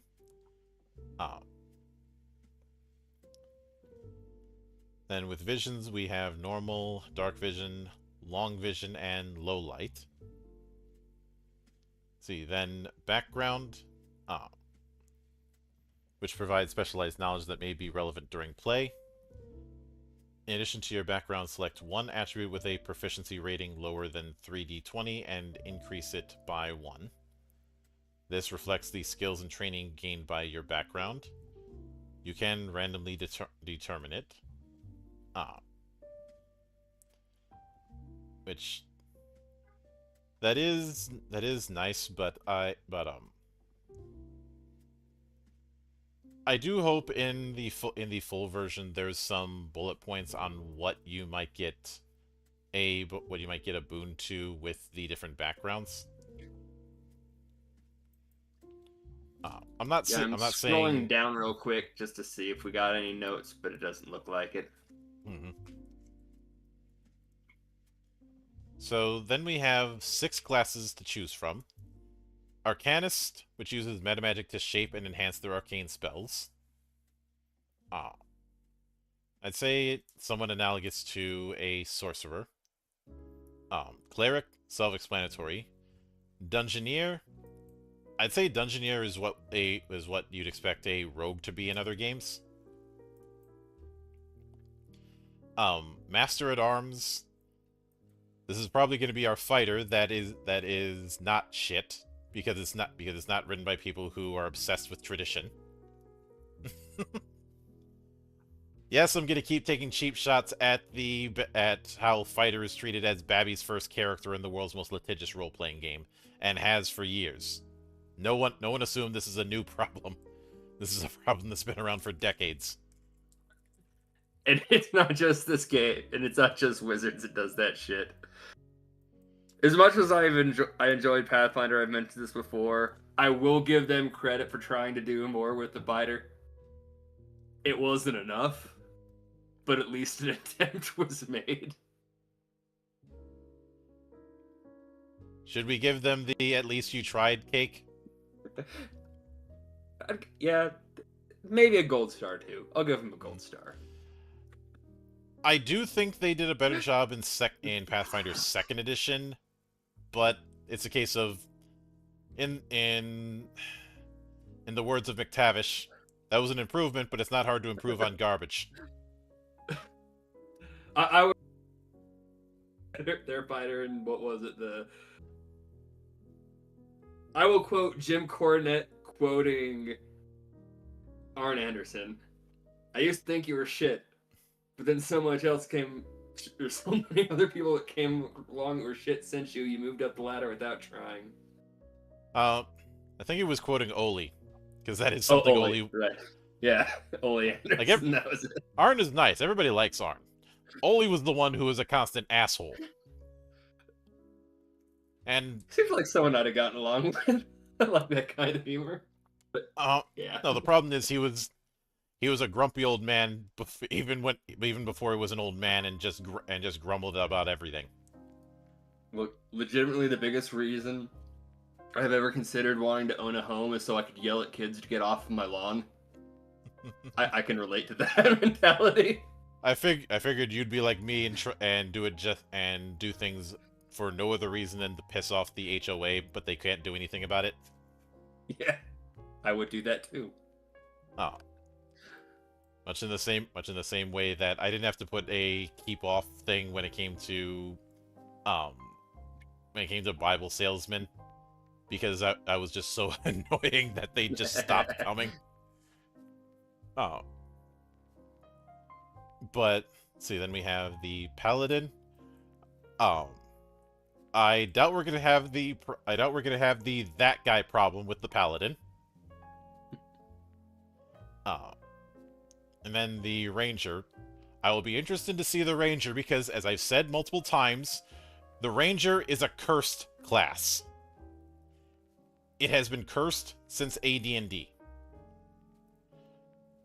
The one time it was not cursed is in the one edition that everyone tells me I'm supposed to hate, but the check bounced. My favorite breakdown I ever saw someone do of the cleric for the Ranger for 3rd edition is they tallied up all potential bonuses you could have on the Ranger versus their special or like their favorite enemy. A fighter of the same level still has higher bonuses against their favorite enemy than they do. It's like, huh. Would you believe that in earlier editions? Would you believe that before 3rd edition the Ranger was even worse? Yeah, I'd believe it. But I played my share of 2nd edition, and I've never seen anyone play a Ranger. Ranger down was a running joke for years because of how squishy they could be, despite being a martial character. But we do have examples of character creation. Obviously, only going with 1st level in each. So we have the Arcanist. You have 1d6 hit die. Your max stamina is your charisma mod. Max spell points is 2 plus half your intelligence mod. Your focus spells is half your intelligence mod. You have one destiny point or 2 of them if you have 13 wisdom or more. You're allowed staffs, daggers, slings, and light crossbows. No armor or shields. And as far as proficiency, you have 1d20 in strength, 2d20 in dex, 1 in con, 3 in intelligence, 2 in wisdom, and 2 in charisma. At first level, you're going to get tier 1 arcane spell casting. You start out with a spell book and either a wand or a staff. Your spellbook has 6 tier 1 spells chosen by you. I'm glad we're not calling it levels, because having character levels and spell levels might get a little confusing. A little thought in naming things, people. That's all we ask. Yep. These are cast using spell points. The attribute is intelligence. When making a test, when you gain a level, you choose an additional spell to add to your spellbook of your tier or lower. You cannot cast spells if you lose your spellbook. You can replace it with spending a day for each level you have rewriting the spells. Since we're dealing with spell points, we are not dealing with the Vancian model. Thank God. Fuck the Vancian model. Fuck it and the 6 white horses its giant ass rolled in on. And here I am, I still don't mind it. But so you can also use and make arcane scrolls. These can be added to a spellbook by making a spellcasting test, after which the scroll is destroyed. Say the main reason in my opinion, the main reason you'd want to do the whole using arcane scrolls is not for yourself, but to give it to other people.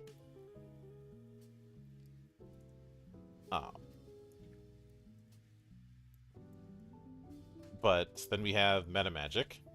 You get 2 metamagic features at the start. Can't pick the same one twice. And you can only use 1 per spell. So we have accurate. You can spend stamina to get a boon on a test. Empower. You can add a damage die. Force knockdown. When a spell deals aether damage, you can make the target has to succeed at a strength test or go prone. Invigorating. Recover 2 HP per level. Silent. Remove the verbal component. Still. Remove the somatic component. And swap element. Well, let's use swap the damage to another element. So this is how your fireball becomes a water ball. You know, like getting hit in the face with a water balloon. Or Imagine casting this on the equivalent of Burning Hands, and instead of Burning Hands, it's Acid Hands.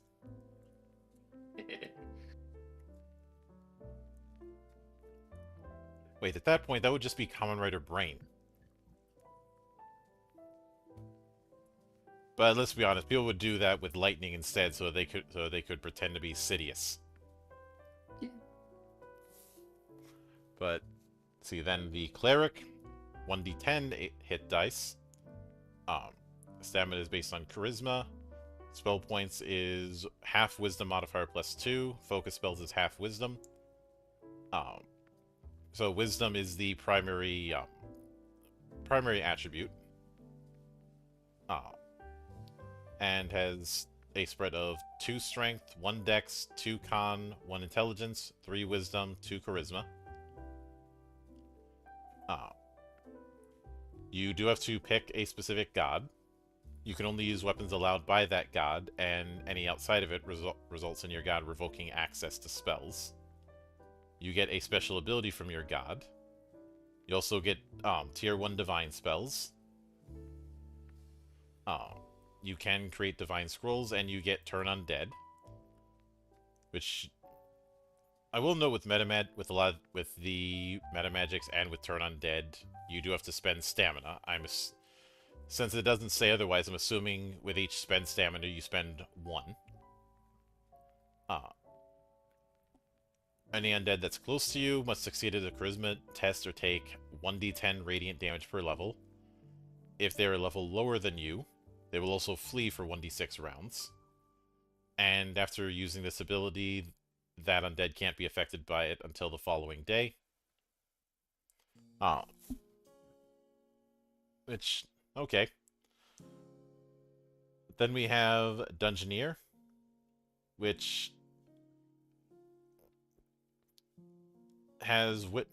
seems to have dexterity as its most vital stat, though it gets an extra destiny point if it has Wisdom 13 or higher. In fact, actually all of them have that for their destiny point. The main thing you get is Vital Strike. Once in your turn, when you deal damage with a weapon, you can spend stamina to deal triple damage to a single target. To use Vital Strike, you must focus on targeting your opponent's weak spot, so you cannot use Flare to gain bonus damage to the attack, or use it if you cannot see your target clearly. That's a little bit more forgiving than Sneak Attack usually is in a lot of games.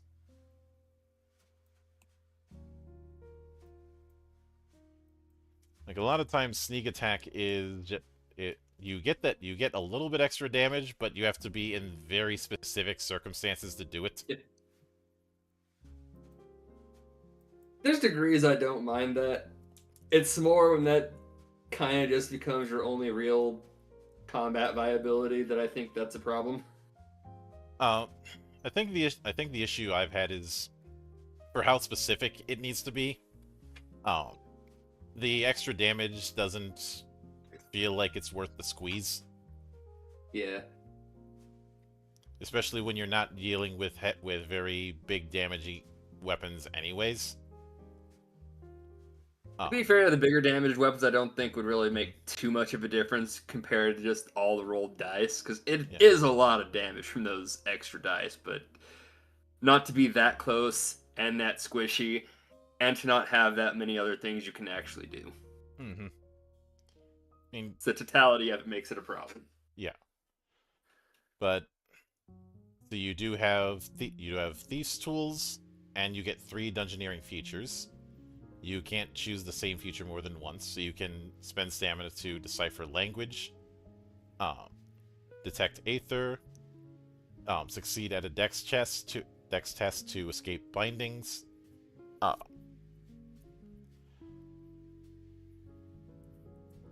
You can find or remove traps, or be stealthy to gain boons for picking locks, scale the surface, sleight of hand. A lot of these are the typical thief tricks. I'd like to hope you could respec them, but during downtime if need be. and potentially get more of them as you level up, but that latter part will likely cover later. Then Master at Arms, which has a D12 for its hit dice. And Strength and Con are going to be your primary ones you're using.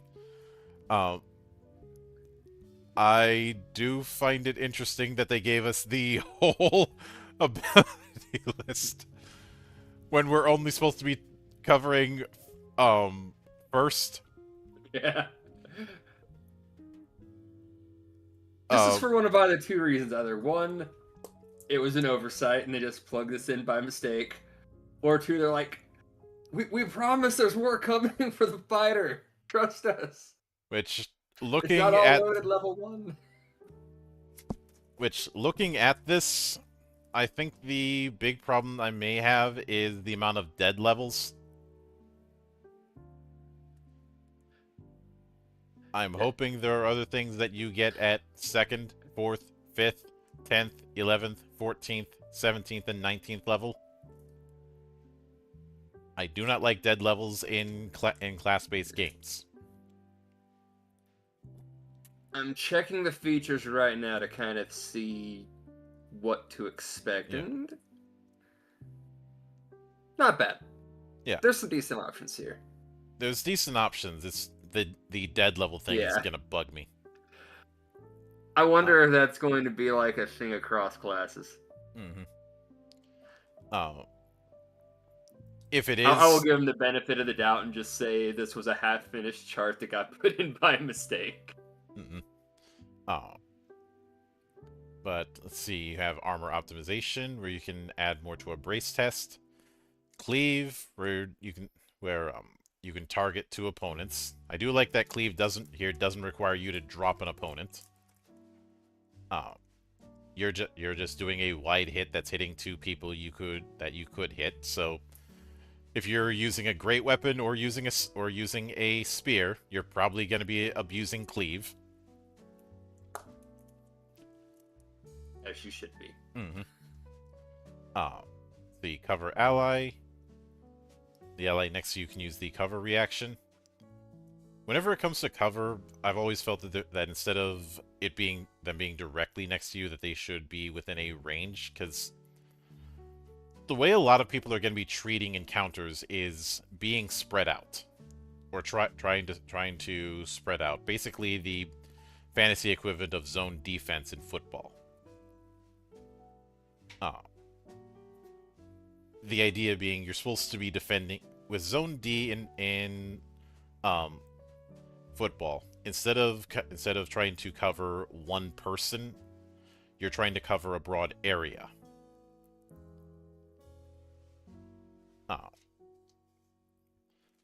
And I think when it comes to how encounters tend to work in a lot of games, the idea of being packed in is, if not consciously, then unconsciously discouraged, in my experience.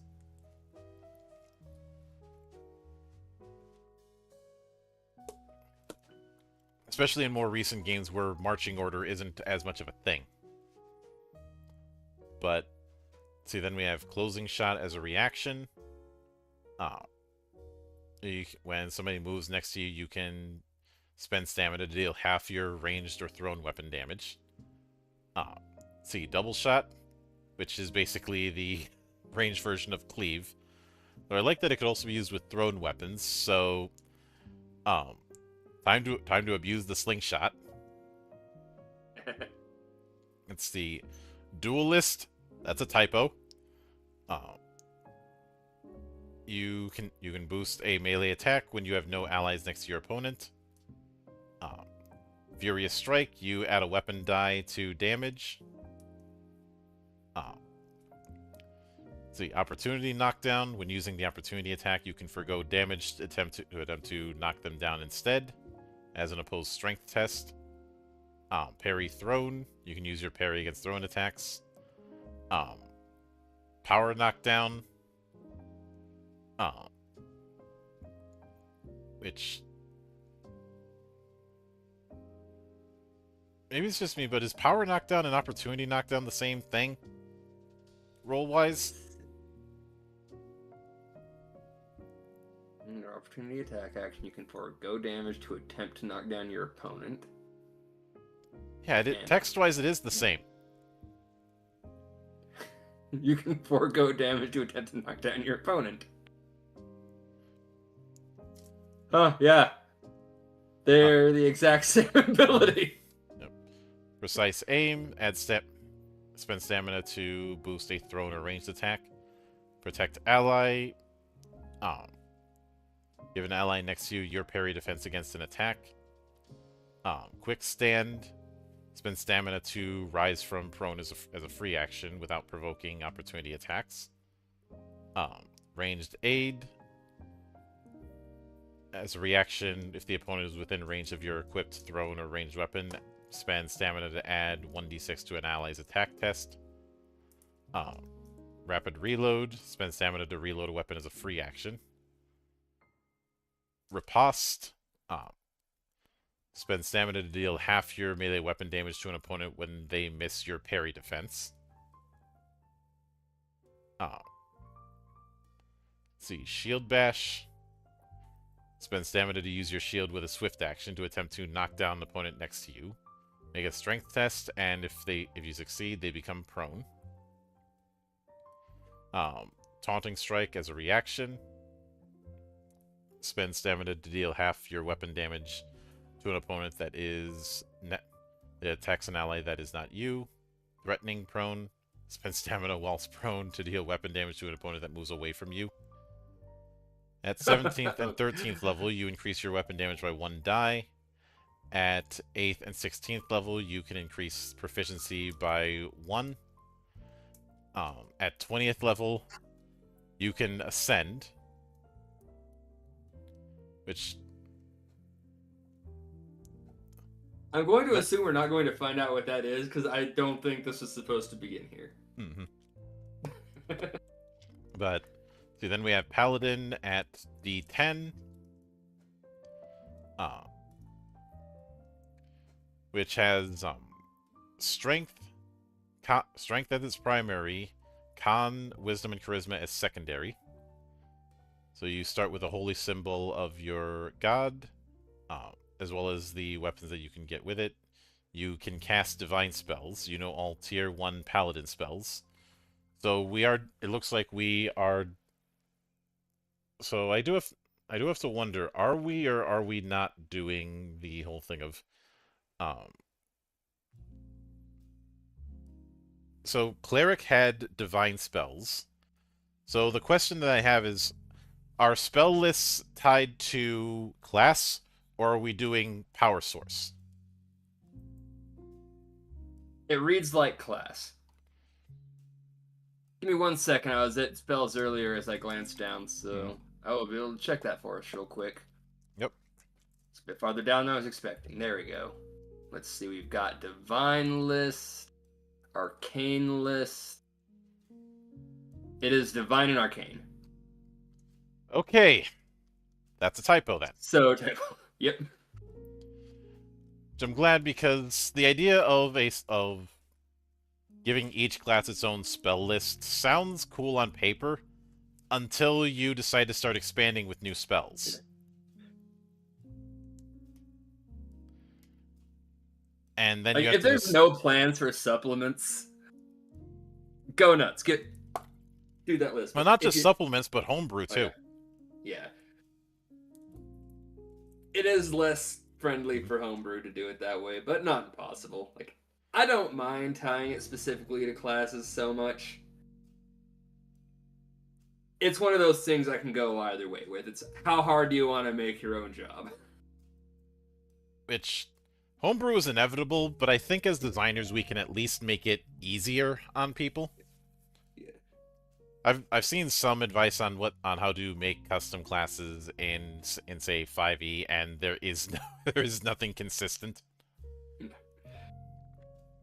Like, what I would like to see, just for the systems that do tie it to a specific class, give some kind of reasoning as to the methodology as to why those specific spells for the class. That way, if someone wants to homebrew, they can look at that and go, "Oh, here's why it was done this way. Give yourself some guidance." That's all I really ask, Adam. Clerics, not clerics, but paladins do not gain the special ability of their god, because that's a cleric thing.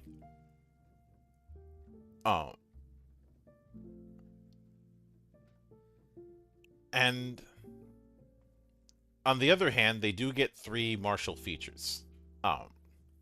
Fighter starts with 5 martial features, and it's a lot of the features that we've seen, not all of them, but a good chunk of them. But then we have Ranger, and let's see if we have the issue of Rangers sucking. So Ranger's primary is Strength, its secondary is Constitution, Wisdom, and Charisma, and its tertiary is Dex. They do have to follow a deity with the nature keyword and adhere to its tenets.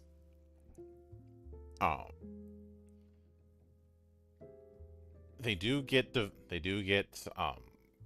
divine spells. They know tier 1 ranger spells. So once again, I have to ask the question I mentioned before. They get 1 martial feature at first level and 2 wilderness features. So we have Stealth, Scale Surface, Tracking, and Uncanny Senses. So I would say, as far as the question of does this ranger suck, I would say no.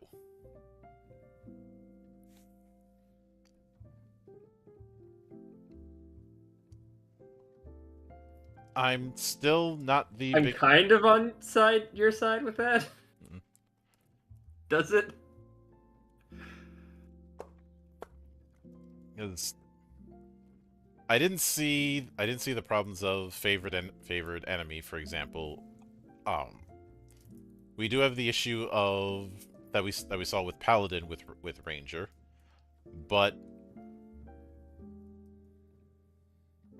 I don't think this has the problem of the problems that you see in other cases, especially since a lot of its wilderness-based abilities are not tied to specific terrains,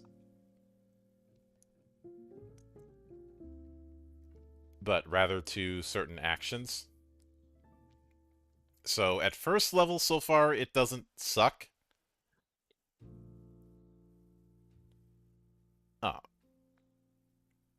I am going to slightly correct something I mentioned earlier. They do have 2 lists for Divine and Arcane. Certain spells under Divine will specifically note Paladin. I don't know if that means those are the only ones a Paladin can pick, or if you can split between the 2. Can a cleric pick it and a Paladin, or just the Paladin? I think it's just the Paladin, because it says you know all tier 1 Paladin spells. Yeah. With Ranger, you know all tier 1 Ranger spells and 1 other spell of your choice, which is not one that's not restricted to another class. So the question is, would it limit it from a cleric picking it? Because it's still Divine. Yeah, that is a good question. Hold on, I'm gonna read one of them real quick. Holy Strike, Paladin, Tier 1 Divine. When dealing physical weapon damage, you can add 1 weapon dice to convert all damage into radiant damage. And Halo of Protection. It sounds like you could actually still make use of these as a cleric, so I was wondering if they were kind of keyed specifically that a Paladin would use them, and I certainly think with how these are worded, a Paladin is going to get more use out of them than a cleric would. It's probably a case of potential, because let me scroll up to cleric.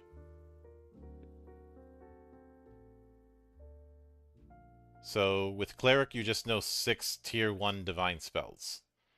So I think you potentially could do that, unless I hear otherwise. Here's the thing: I don't see why it wouldn't be. Yeah. But you might not want to. But then we have the gods. Each one instead of doing the 9 alignments, the alignment setup that we have here is more tag based, which I like. Like for example, Raphael, the tags are holy and organized, and you have when it comes to the 3 tenets that they have here, this reminds me of the way the tenets or beliefs of gods were written out in 4th edition. Also mentions allowed weapons, because the weapons that you can get for cleric or paladin are going to be determined by your god. If you pick cleric, you get the god's special ability. I can understand why paladins and rangers don't get that, because they're getting something. Yeah, they're getting martial featured. Yeah. Um, As long as it's done well, I don't really mind. Like this class gets like a lesser version of like something 2 different classes get. You know, your paladin getting some martial stuff, some cleric spell casting stuff without all of it. Yep. I don't know why this always goes to the ranger, but I fundamentally don't mind the idea of being a guy like that gets divine magic. I think the reason weird it's on a ranger. I think the reason given is the rangers picked up a few tricks mindset, and I think in some mythologies Robin Hood had some knowledge of druidic magic, and you did have obviously one of the big touchstones when it comes to rangers is Aragorn, who did have access to lay on hands, or the equivalent of it. But there's never been a strong enough justification in a lot of games about why rangers can use divine magic. Like, I'm not really bothered by it by this point, because I'm just so used to it. But it is one of those things, the moment I start thinking about, like, that it is weird. Like, I'll run with it. But it's weird. As long as we are all on that page. Yep. Then we have the way experience works, which is going to be standard fare. Then the way coins work. There are certain precious stones that are worth certain amounts. You start with 5d10 plus 20 in pennies. And the exchange rate is 20 pennies is a moon, 100 pennies is a florin, and 2,000 pennies is a star.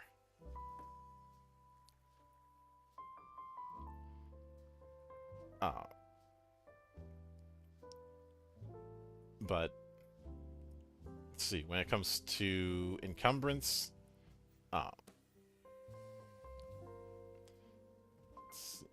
some gears and the cap for encumbrance is 3 times your strength. 3 times your strength mod. If you have that, you're overburdened. You cannot move. If you're forced to move, you will drop your backpack and weapons. Fair enough. Then we have, with weapons, you have a main hand and an offhand. All weapons can be wielded in the main hand. Only shields and light weapons can be wielded in the offhand. So no Musashi build for me.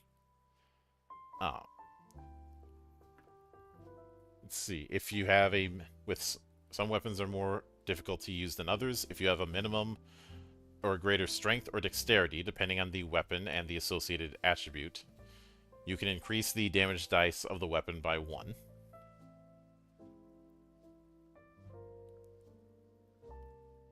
So that is a good way to reward high attribute scores.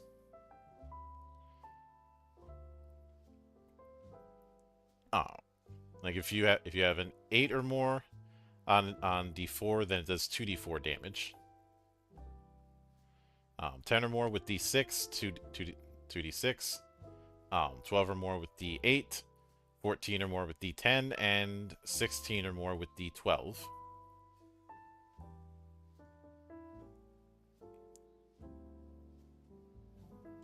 And we do have a few keywords. Ammo is self-explanatory. Breacher means you can spend stamina to apply a Bane on an opponent's brace test. Defender means you can add 1d6 to your parry test. Finesse, you can attack with either strength or dex. Heavy, two-handed. Hook is a reaction. When an enemy you're next to is being attacked, you can spend stamina to reduce their parry test by 1d8. You cannot do this if the weapon is being used in the attack. And light can be used to make an offhand attack. Medium can be used in main hand or in both, so basically versatile. Obviously melee, ranged. Reach, you can spend stamina to deal half your weapon's damage to an opponent who moves next to you. It's an interesting way to do reach. Reload requires a swift action. Thrown can use strength or dexterity. Oh, here we have versatile. It can be used in one or both hands.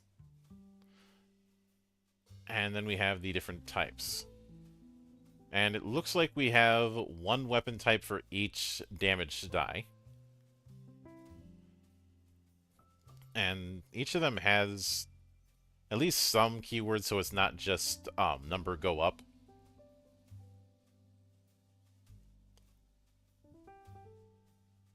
Which is certainly nice. I like having a little bit of both sometimes. Mm-hmm. Sometimes you're like, I don't want more abilities. I don't want more stuff to think about. I like having a bigger number. But it's another one of those things. If that's all it's really offering, I like this give and take with different abilities like this.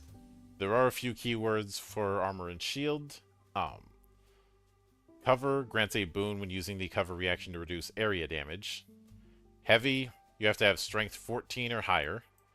While wearing it, you have 2 Banes to sneak and swim tests. Your movement is reduced by 10, and you have a Bane to all other athletics and acrobatics tests. Light, no penalties. Medium, you need 12 strength or more. While wearing it, you have a Bane to sneak and swim tests. Let's see, melee can be used for an offhand attack.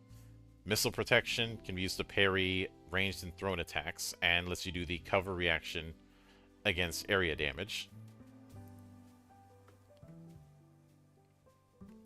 Then, adventuring gear. What is an adventurer without their gear? Agreed. A lot of it is standard fare, same with kits and tools. Although I do like with the adventuring gear, there are complete packs for convenience. That is always nice. So the players aren't spending too much time with that first session about what they're going to put in their pack. How much feet of rope should I be buying? Mm-hmm. How many 10-foot ladders? Yep. But then we also have special materials, which are classified as +1, +2, or +3.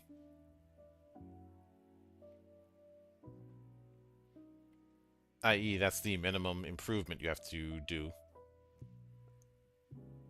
And let's see, weapons for the material adds extra dice and damage. For armor, you crit on a brace check on either a 19, 18, or 17.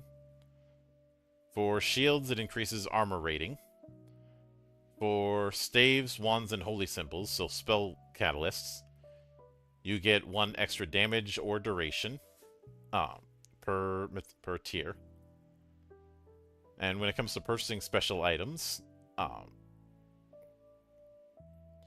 it depends on the encumbrance value.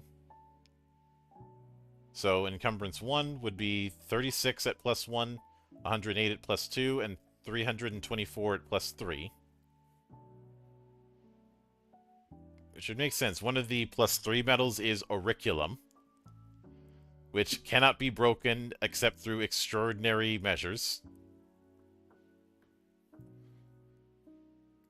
But we do have some rules for making an item.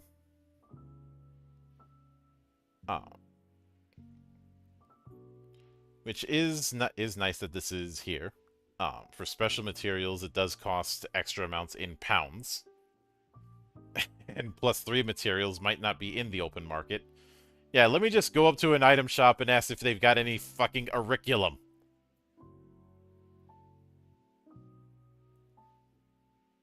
Do you have any enchanted Oricum daggers by chance, good sir? Mm-hmm. You're in a farming town, sir. Get the fuck out of my shop. Sir, this is a Wendy's. But let's see. Then they go into hit points and damage, which a lot of this works like how we'd expect. The wound threshold through, is... I think most of this is kind of standard fare at this point. Yep.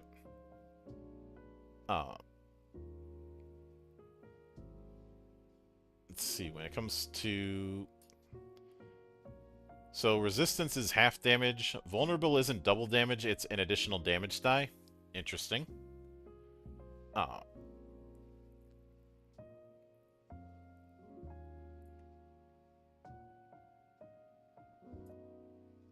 And let's see, when it comes to stamina and spell points, it's what we'd expect, though you can recover them with a recovery action. You can't recover wounds with this.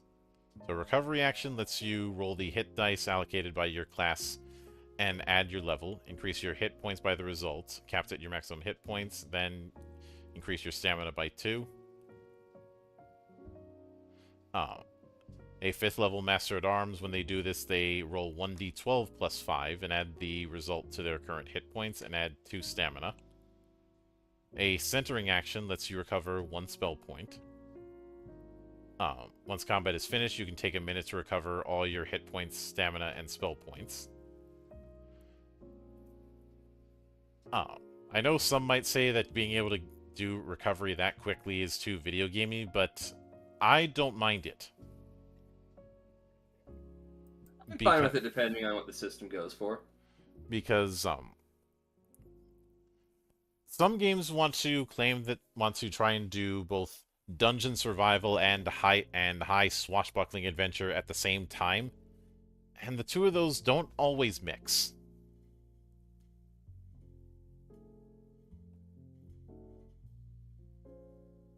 But let's see, movement, falling in conditions, they work exactly how you'd expect. Distances, pretty much standard fare. Then using attributes, as well as critical success and failures. I do like what they have for the critical failure for a spellcasting test. It results in the Aether escaping your control, randomly targeting either yourself or your allies.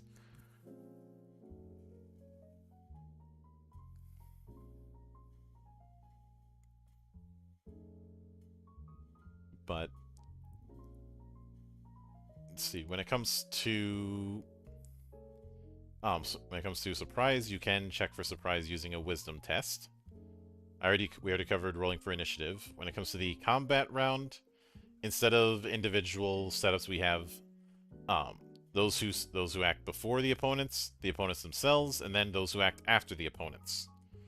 Not too far removed from the fast and slow action setup that we see in Shadow of the Demon Lord. But as far as actions, you have things like attacks, you have casting a spell, a recovery action, and taking a swift action. You can add flair to an action or a swift action. If you do so, you can spend stamina and make an appropriate test, applying boons or banes based on the situation. On a success, you succeed, and the GM may reward you with increased damage dice, movement, or another reward that fits the scenario. Interesting that the baseline DC is 20 for a lot of checks. But, let's see, with swift actions, movement is a swift action, and when you're moving away, you can spend stamina for a dex test to prevent an opportunity attack. If you have a offhand weapon, you can spend stamina to do a melee attack with that. And of course, you do have a few reactions, each which is going to take stamina.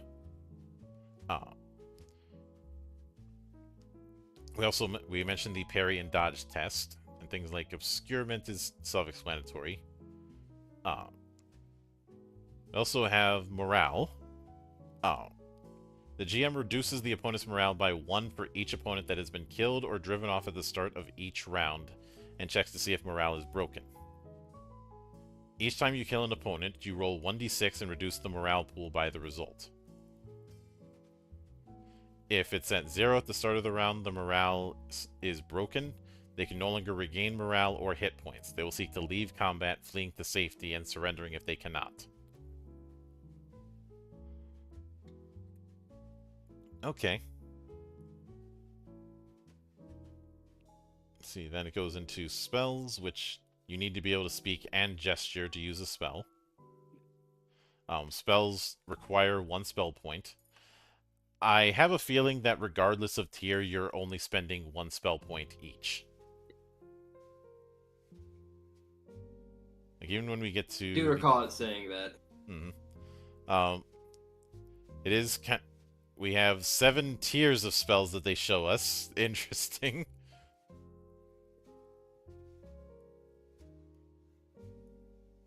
But...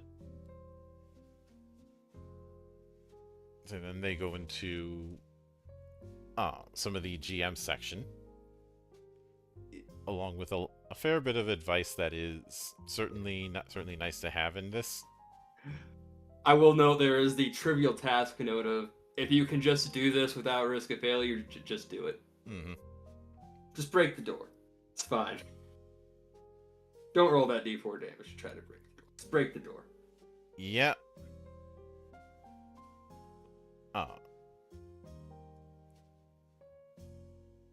Huh, it also suggests to do the opposite for, or the same for an impossible task. Mm-hmm. Like a jump you can't make. So like, don't make them roll, they just fall. Yeah, so none of that. I have a 5% chance of doing it. But I'm not gonna lie, I still make them roll.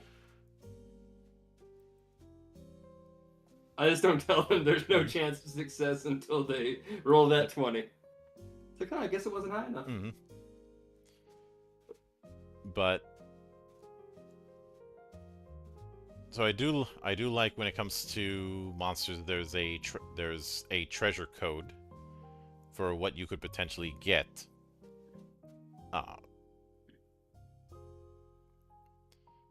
Like A through J is individual treasure, K through Z is layer treasure, and some potential magic items. And a bit of info on creatures.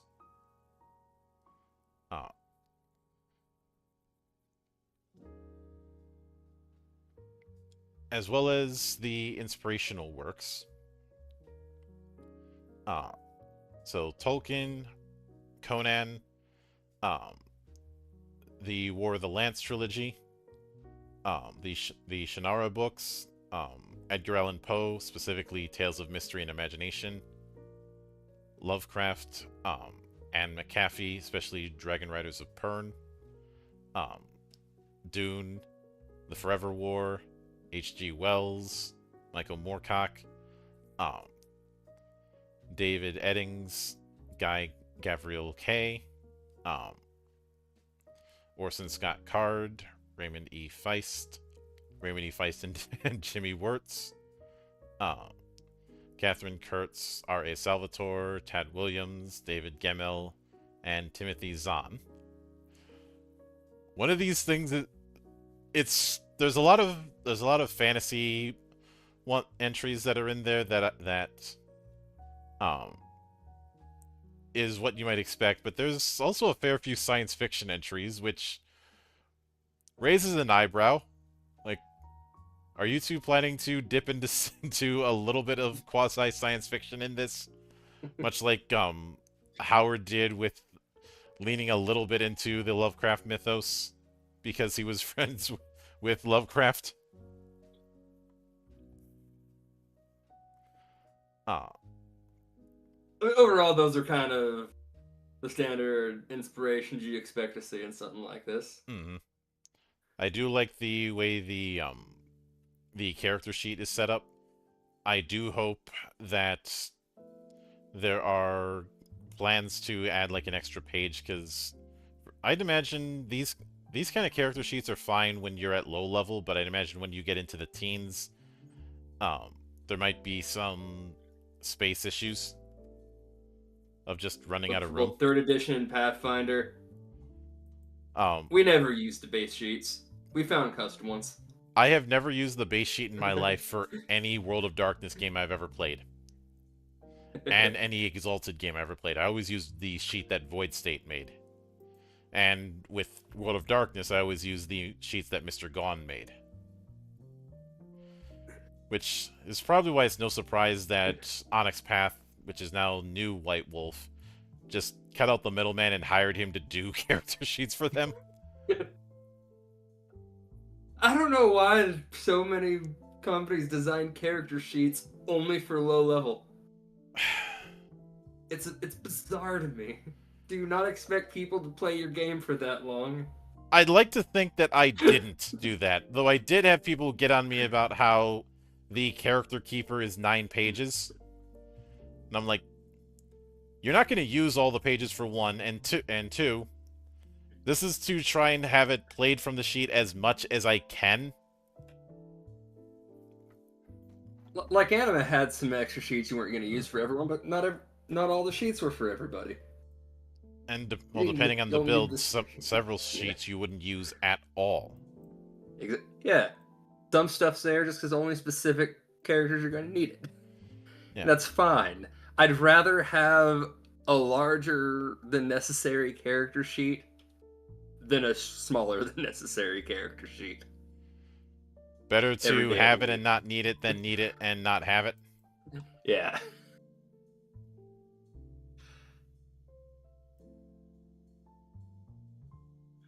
That said, overall, I think we got some pretty good stuff here.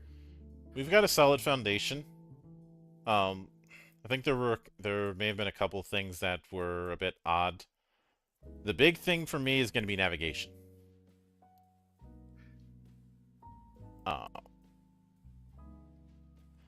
I do hope that the full basic edition has proper navigation. I also think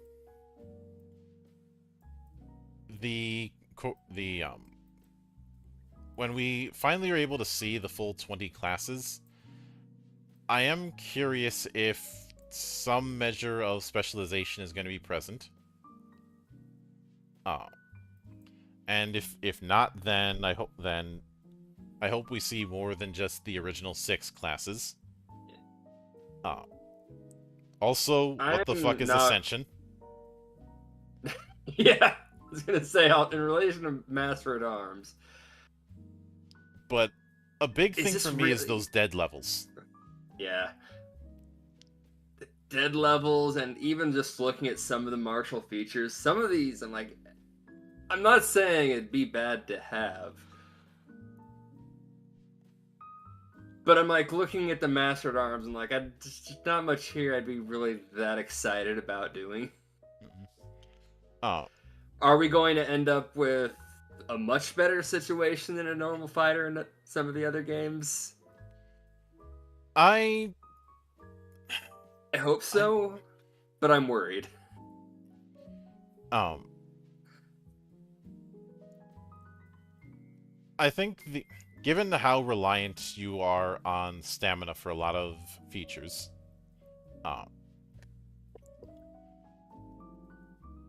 I do think that more martial characters should probably have more opportunities to recover stamina compared to the backliners.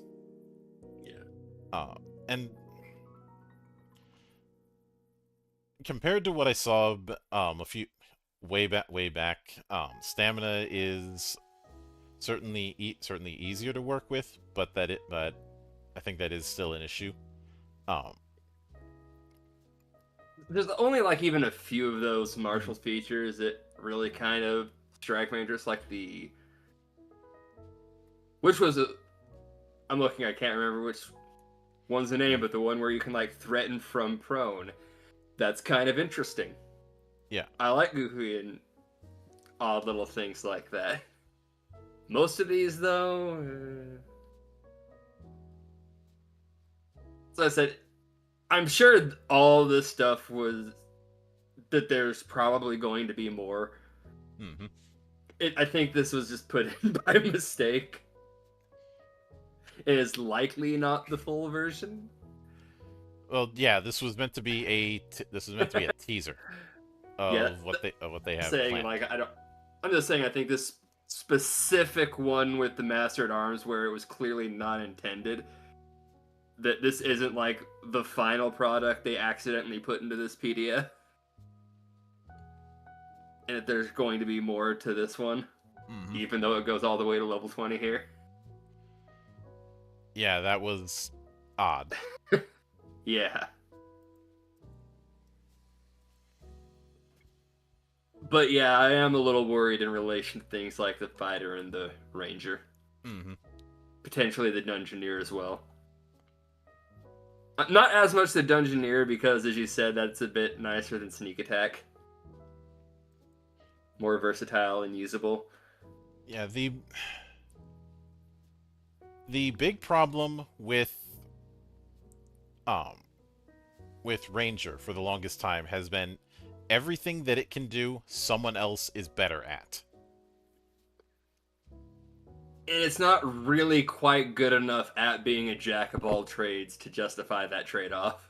Well, I've always been iffy about jack of all trades characters in class-based games. It's a hard one. I think it's important to look at character classes and characters in a party in a class-based game as akin to positions in a football team. Yeah. Or a soccer team, or a rugby team, or just any team sport. Just pick one, and you're not far off with the thing. Where even if people might be a little freeform, there are certain roles that they are going to fall back on. And if you're sports averse, think of a chessboard. And for the most part, I think that's a pretty good analogy here. But in the case of, like, say, I just go back to Pathfinder 3rd Edition, a lot of stuff is kind of around the idea of the 4-man party. Once you hit the 5th party member, it's less important. You need to specialize, and a lot of those other roles, like, say, Bard, can actually shine quite a bit more in those bigger groups, where you have that little bit of extra flexibility. I know that's not, like, the greatest excuse for it, but it can have a place in somewhere like that. But overall, I like what I'm seeing. I'm not willing to put down a grade like I was for Heaven or Hell yet, but there's some good stuff here. Now, with that said, when we come back here next week, we'll be delving headfirst into the introductory parts for Augusta Universalis. And some of you, when you see some of the art, will end up thinking of 40K. In practice, that won't be the case. I can promise you that. Now, there won't be Cloister tomorrow because I have other engagements. In fact, we probably won't be doing Cloister until the 11th because 1 week from tomorrow is Independence Day. Oh god, the fireworks are going to start here soon. Yep. The 2 weeks of fireworks for some god-awful reason. Yeah. I mean, Look, I think you got like a 2 days before and after the 4th. It is acceptable to be launching fireworks. That is more than generous enough. I gotta sleep, goddammit. I used to live near an amphitheater. Imagine that during this time. I had to invest in the heaviest, thickest curtains I could find because of all, not just because of the noise, but all the light. But still, I see the vision with this iteration of Untold Destiny. There's a few tweaks that could happen, but those kind of things are going to happen just through playtesting and through bashing your heads against the wall. Yeah. Because remember, we don't do this because it's easy. We do this because we thought it was easy. But either way, I look forward to next week. So until then, on behalf of the good brothers present and not present, my name is Mildra. I am your gaming monk. Stay fucking frosty, everybody.